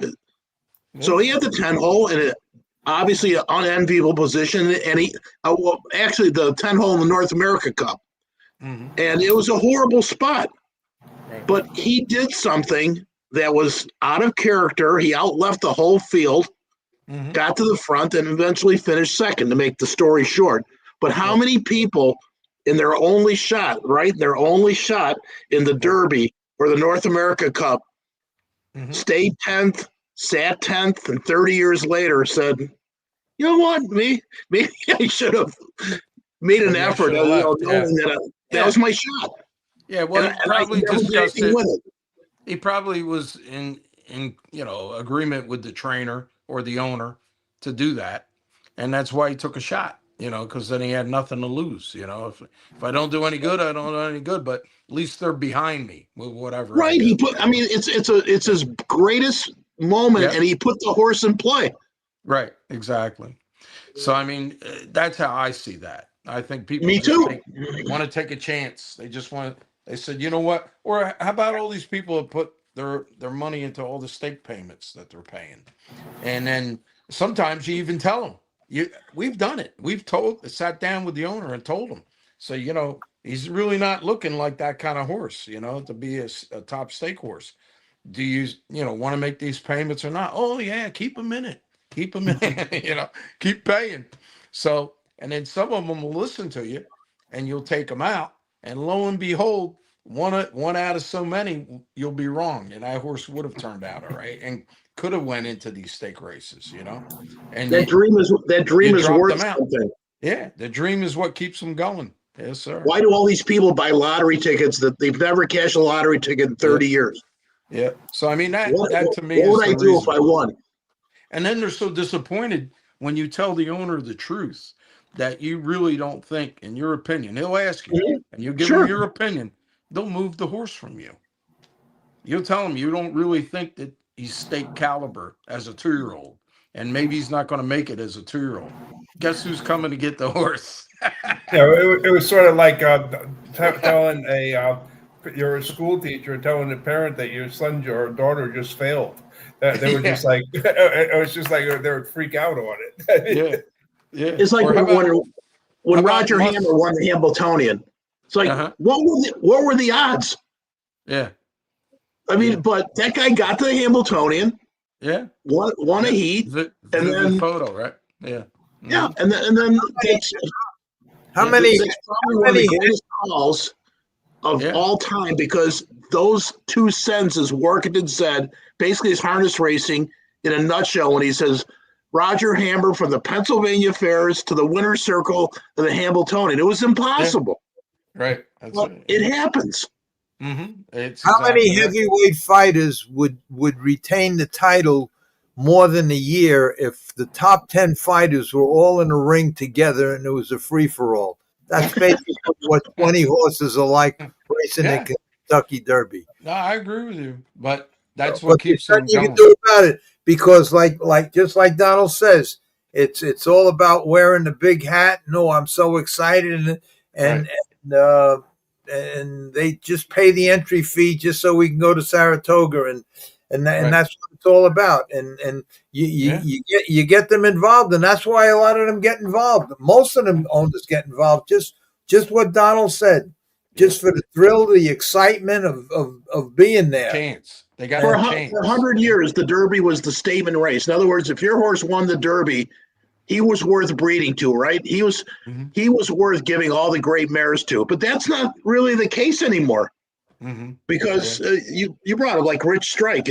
Rich Strike, everybody kind of knows that horse got lucky to win the Derby. Not that nobody's going to breed to him, but it's not the standard of excellence anymore. The Breeders' Cup is. Yeah. The Travers is more a standard of excellence than the Derby is, simply for what Larry brought up, that it's a crapshoot with 20 horses. You're more than likely going to get in trouble in that race. More than likely. Yeah. How many horses out of 20 get a trouble-free trip? 3? Yeah. 4? And you see the inside horses just get wiped out usually when the gate opens there, in that race. But look what they did to the business side of that. And I'm not saying which one is more important. The business side is that used to be a $20 million day. Now it's a $300 million day. Amazing. And but that purse money. It shows you the magnetism of that race, that people want to be in it, want to be involved in it. They want to bet it. You know what I mean? Everything. Yeah, but the other thing that's changed is it used to be the horses that raced in the Derby, raced in the Preakness, and came back and raced in the Belmont. And so you had a whole series of the same horses racing against each other to prove which was the best. And now people, I think Woody Stevens got pretty wise, and he basically stayed out of the Derby and the Preakness and only came in the Belmont and became the winningest trainer in the Belmont, if I remember correctly. Right. That's they correct. need more time. They need more time after the race. And coming in with a fresher horse, these other guys are coming in, they're tired. Right. And so a lot of trainers caught on to that. So that's why they did a great job with that Sovereignty horse this past year. We got to have a whole discussion about that. We have to have about 5 standardbred trainers and 5 thoroughbred trainers on here and talk about. Larry's got him rigged up with a burr head pole on the inside. And he's trying to figure out how to get a game strap on I'm him. talking about. I think it's in my opinion, and I might as well say it because I say it all the time whenever we talk about it. And not only that, but I trained him for 15, 20 years. I'm not just saying it. I did it, and I did it successfully. And it used to kill me when the condition book comes out for the thoroughbreds, and there's a particular race for your horse, even if it's a 20 claimer, they write one a month, one or two a month, and that's it.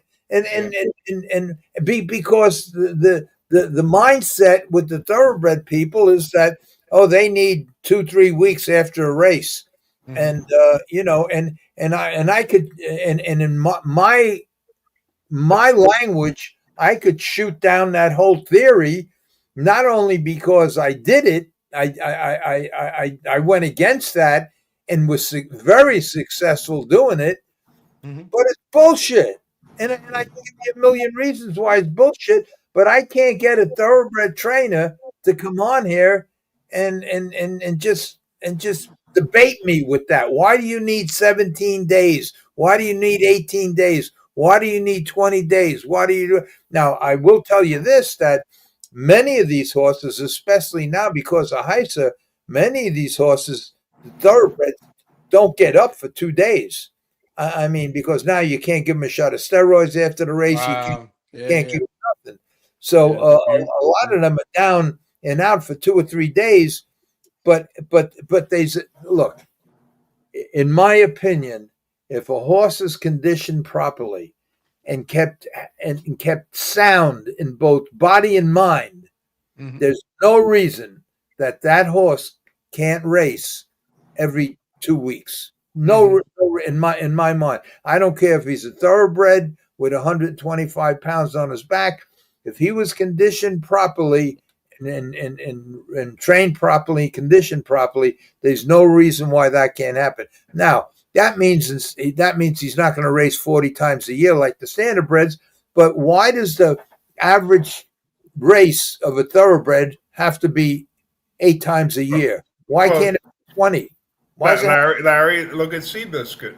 Seabiscuit's one of the most famous thoroughbreds that there is. And as a 2-year-old, he raced like 30 some odd times as a 2-year-old. Wow. So You're forgetting something too, Larry. I mean, let's say you got 2,000 horses on the backstretch, and you're riding your track runs 4 days, 9 races a day. Even if there's 10 horse fields, that's 360 horses. I remember Sportsman's Park in the 70s. If you had a 10 claimer, you raced once a month. You could enter them every week, but you were going to race once a month because your horse population dictated that. Yeah. And there's more demand for the thoroughbreds and the harness because the purses are so much higher than they are in the harness game. Yeah. I think that's the way those people are conditioned that are in the thoroughbred game. I agree with you, Donnie. They expect to pay more, race less, and they're used to it. Where our business, we're dealing with people who say, "What? He's got to get in every week." Like, what are you crazy? But I'm saying, Donnie, you can enter your thoroughbred every week, never getting in. Yeah, but I'm saying the thoroughbred people are more adjusted to that. They have to be feeling what we're feeling because there's a horse shortage with the thoroughbreds as there is with the harness horses. Yeah. Currently, like they're down to like 20,000 registered foals a year, and we're down to like 7,000. So there's been a tremendous drop in the registration of foals each year. But there's also been a tremendous drop, Freddie. Everybody used to race 5 and 6 days a week. Now they're racing 2 and 3 days a week. Let me ask you a couple of questions. I'm not going to ask a couple of questions. I'm going to make a couple of statements, and then you can come and gang up on me after I make these statements. First of all, when a standardbred guy buys a yearling at a sale, the yearling goes to his barn. He breaks him and trains him. He rigs him, and he does everything.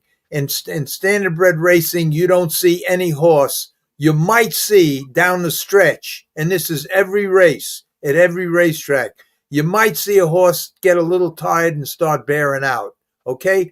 And the thoroughbreds, when you buy a yearling in the thoroughbreds, they go, for the most part, to a trainer, a different trainer, not the guy that buys them, not the guy that's going to race them, but a different trainer that buys them. Now, I'll give you a simple example.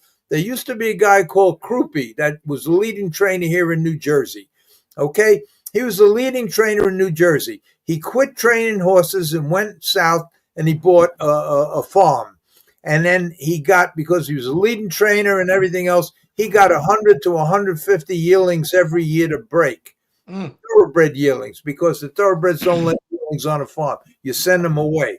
Now, you give a guy like Krupe, we'll just use him as an example. He gets 150 horses to train. Now you need exercise riders. You train these horses from, say, 6 o'clock in the morning until right around 11 o'clock, and they take a break for an hour in between to grade the track. Okay? So now, if you're lucky, because the only exercise riders that you're going to get that want to work at a farm in the middle of nowhere versus a racetrack are drunks and guys that weigh 140, 150, 160 pounds. Okay, so you're lucky if you have 10 or 15 of them, but you got 150 horses a day you got to take out. Do the math. See how many times a week these horses get out. And that's why after 5, 6 months, a standardbred trainer can get a standardbred horse from a yearling that he gets in November or September, October, November, and have them ready to race in February and have them ready to, real good. They have these horses for 6, 7 months. They give them back to the trainer after 6, 7 months, and sometime in maybe February, March, or April, and they say, yeah, he's ready to go 3/8. Well, you get on the horse, he goes a quarter of a mile, and he's stepping all over his tongue. I mean, it's just a joke. And then, how many races do you see? Overnight races and stake races, where you see half the field lose their action. You never see that in standardbreds. You see standardbreds, the most they do is bear out a little. They're a little tired. Even the better ones that make 2 moves in a race, that's now that they're making 2 moves in a race, and they're holding up. With the thoroughbreds, half of them don't switch leads. Half of them the fields are spread out like crazy. And even in the claiming races, they're not bunched up like you get a 20 claimer in the standardbreds, and there's probably 5 lengths separating the first horse from the last horse. In the thoroughbreds in an 8-horse field, you'll still have a horse 20 lengths back. They come off the last turn, half of them don't switch leads, half of them halfway down the stretch. The lactic acid buildup is so tremendous, and that's the only explanation for a horse that switches back and forth, switches leads back and forth, loses its action straight up and down. It's the buildup of lactic acid. That's the only explanation. Buildup of lactic acid because is having what will slow down the lactic acid build is conditioning. So they're obviously losing this action conditioned properly. But then when you tell them, instead of jogging, they give you this bullshit, this. What's that mean? 2 miles, gallop 2 miles. Well, how about 4? How about this? How about that? How can you play this with a 2-year-old filly that weighs 800 pounds and then do this with a 3-year-old colt that weighs 1,200 pounds? It don't make sense. And the worse they are on the track, the bigger they are and the tougher they are, the less they do. They do. The rider don't want to ride. The rider, he's too tough out there. Okay, give him to the pony girl. Okay, she gets $20 to take him around one time. And if he's bad and you give her $40, she won't even take him around the second time. He's too tough. So what do then? They shed row the horse. So instead of taking this horse out and jogging him 8-9 miles, just get him worn out, and after a couple of days he'll slow down. They shed row him. What shed row him? They walk him around the barn area for an hour. Right. The worse they are, the bigger they are, the tougher they are, the less. Donnie, I found us a retirement business. Yeah, there you go. We're going to become shed rowers. It sounds good. Yeah, but it sounds good to train thoroughbreds. Yeah. Anyway, there's a question for I got to get off. See, once I start, I talk too much. And I'm too opinionated because probably half of what I said is bullshit. All right, Donnie, how would you like driving in New Zealand where every race has 12 to 15 horses? Depends on the horses I'm driving. That's if I got a top trainer I'm driving for, I don't think I'd mind. My dad was good friends with Jim Dalgetty, and he had some good horses. And then he would send some horses over to us. And, one of the nicest horses I had was a horse called High on High. We would send him studs, and then he would breed them. And, he'd send his horses back. And he had a great relationship with him. And his grandson came over here. And he's got some horses. I haven't spoke to him, but, my dad had a very good relationship with that fellow. So that's what you need. You need somebody that knows. I watched a lot of horse racing, a lot of races out there only because of the trainer that was on my podcast of Leap to Fame. Probably the best horse in the world right now. But he'll never come to this country because he's owned by the wealthiest guy in Australia. But in Australia, from the beginning to the end, there's not only 2 tiers, there's 3 tiers. Yeah. And even when Leap to Fame draws the inside, he normally in a horse race you look to get to the rail, and there where you draw the rail you look to get to the outside. Yeah, you And don't want to get locked in. yeah, and because there's always the 2 and 3 wide the whole mile, and they Did just you see did you see the move McCarthy pulled in the $2 million race? no. There's 2 tiers going to the quarter, and he's like third over, but at the quarter early in the race, and it's gonna, like you're saying, it's going to be 2 tiers, and he goes 3 wide before the quarter, and circles all the horses that were parked to get to the front. And he ends up winning the $2 million race. It's probably the move that won him the race, but that's a very bold move. But it's a whole different style of racing. Yeah. Well, it's not too bold if they're 2 tiers early on, and say they're at the quarter pole and there's 2 tiers, and the guy on the rail cutting it. This is just my opinion now. The guy on the rail cutting it looks over to the guy on the outside, and the guy on the outside realizes I ain't giving you the lead, and so now you go to next quarter in an hour and a half. I don't care. Now that might have been the case where they were just the guy first over realized early at the quarter. Now they're talking about going to the quarter pole. He realizes that he fucked up. He's out there. He's the guy on the rail, ain't ever giving him the top, so he might as well get next to him and say, okay, I'm not going to push you. Go to the next quarter in 3 hours for all I care. And then as soon as that guy second over, who was your guy, sense that, real quick move, circle him, make the top, and that's it. So maybe that's what happened. But if them two were going head to head, and I mean the outside horse really trying to make the top, they're going that 16th of a mile, even the 1/8 of a mile, as fast as they could go. He wouldn't have been able to sweep them horses. They had to have been on a grating. So that's another bullshit opinion I have. All right, gentlemen. All right, is that it? Is that it? That's enough. We're going on. We're having that's the wrap. Donnie, thank you very much for coming on. You're welcome. And it's always a pleasure. We'll do it again. And thank you. Very, very interesting, your stories. Michael, you're always very interesting.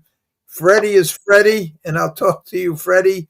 And that's it. I'm going to have an ice cream, and we'll all talk soon. Thank you very much. All right. Thanks, everyone. Watch the jug. Yeah, Bye. It's been real. Have a good night. Thank Good you. night. Talk to you later, guys. Bye-bye. All right. That's it for the night.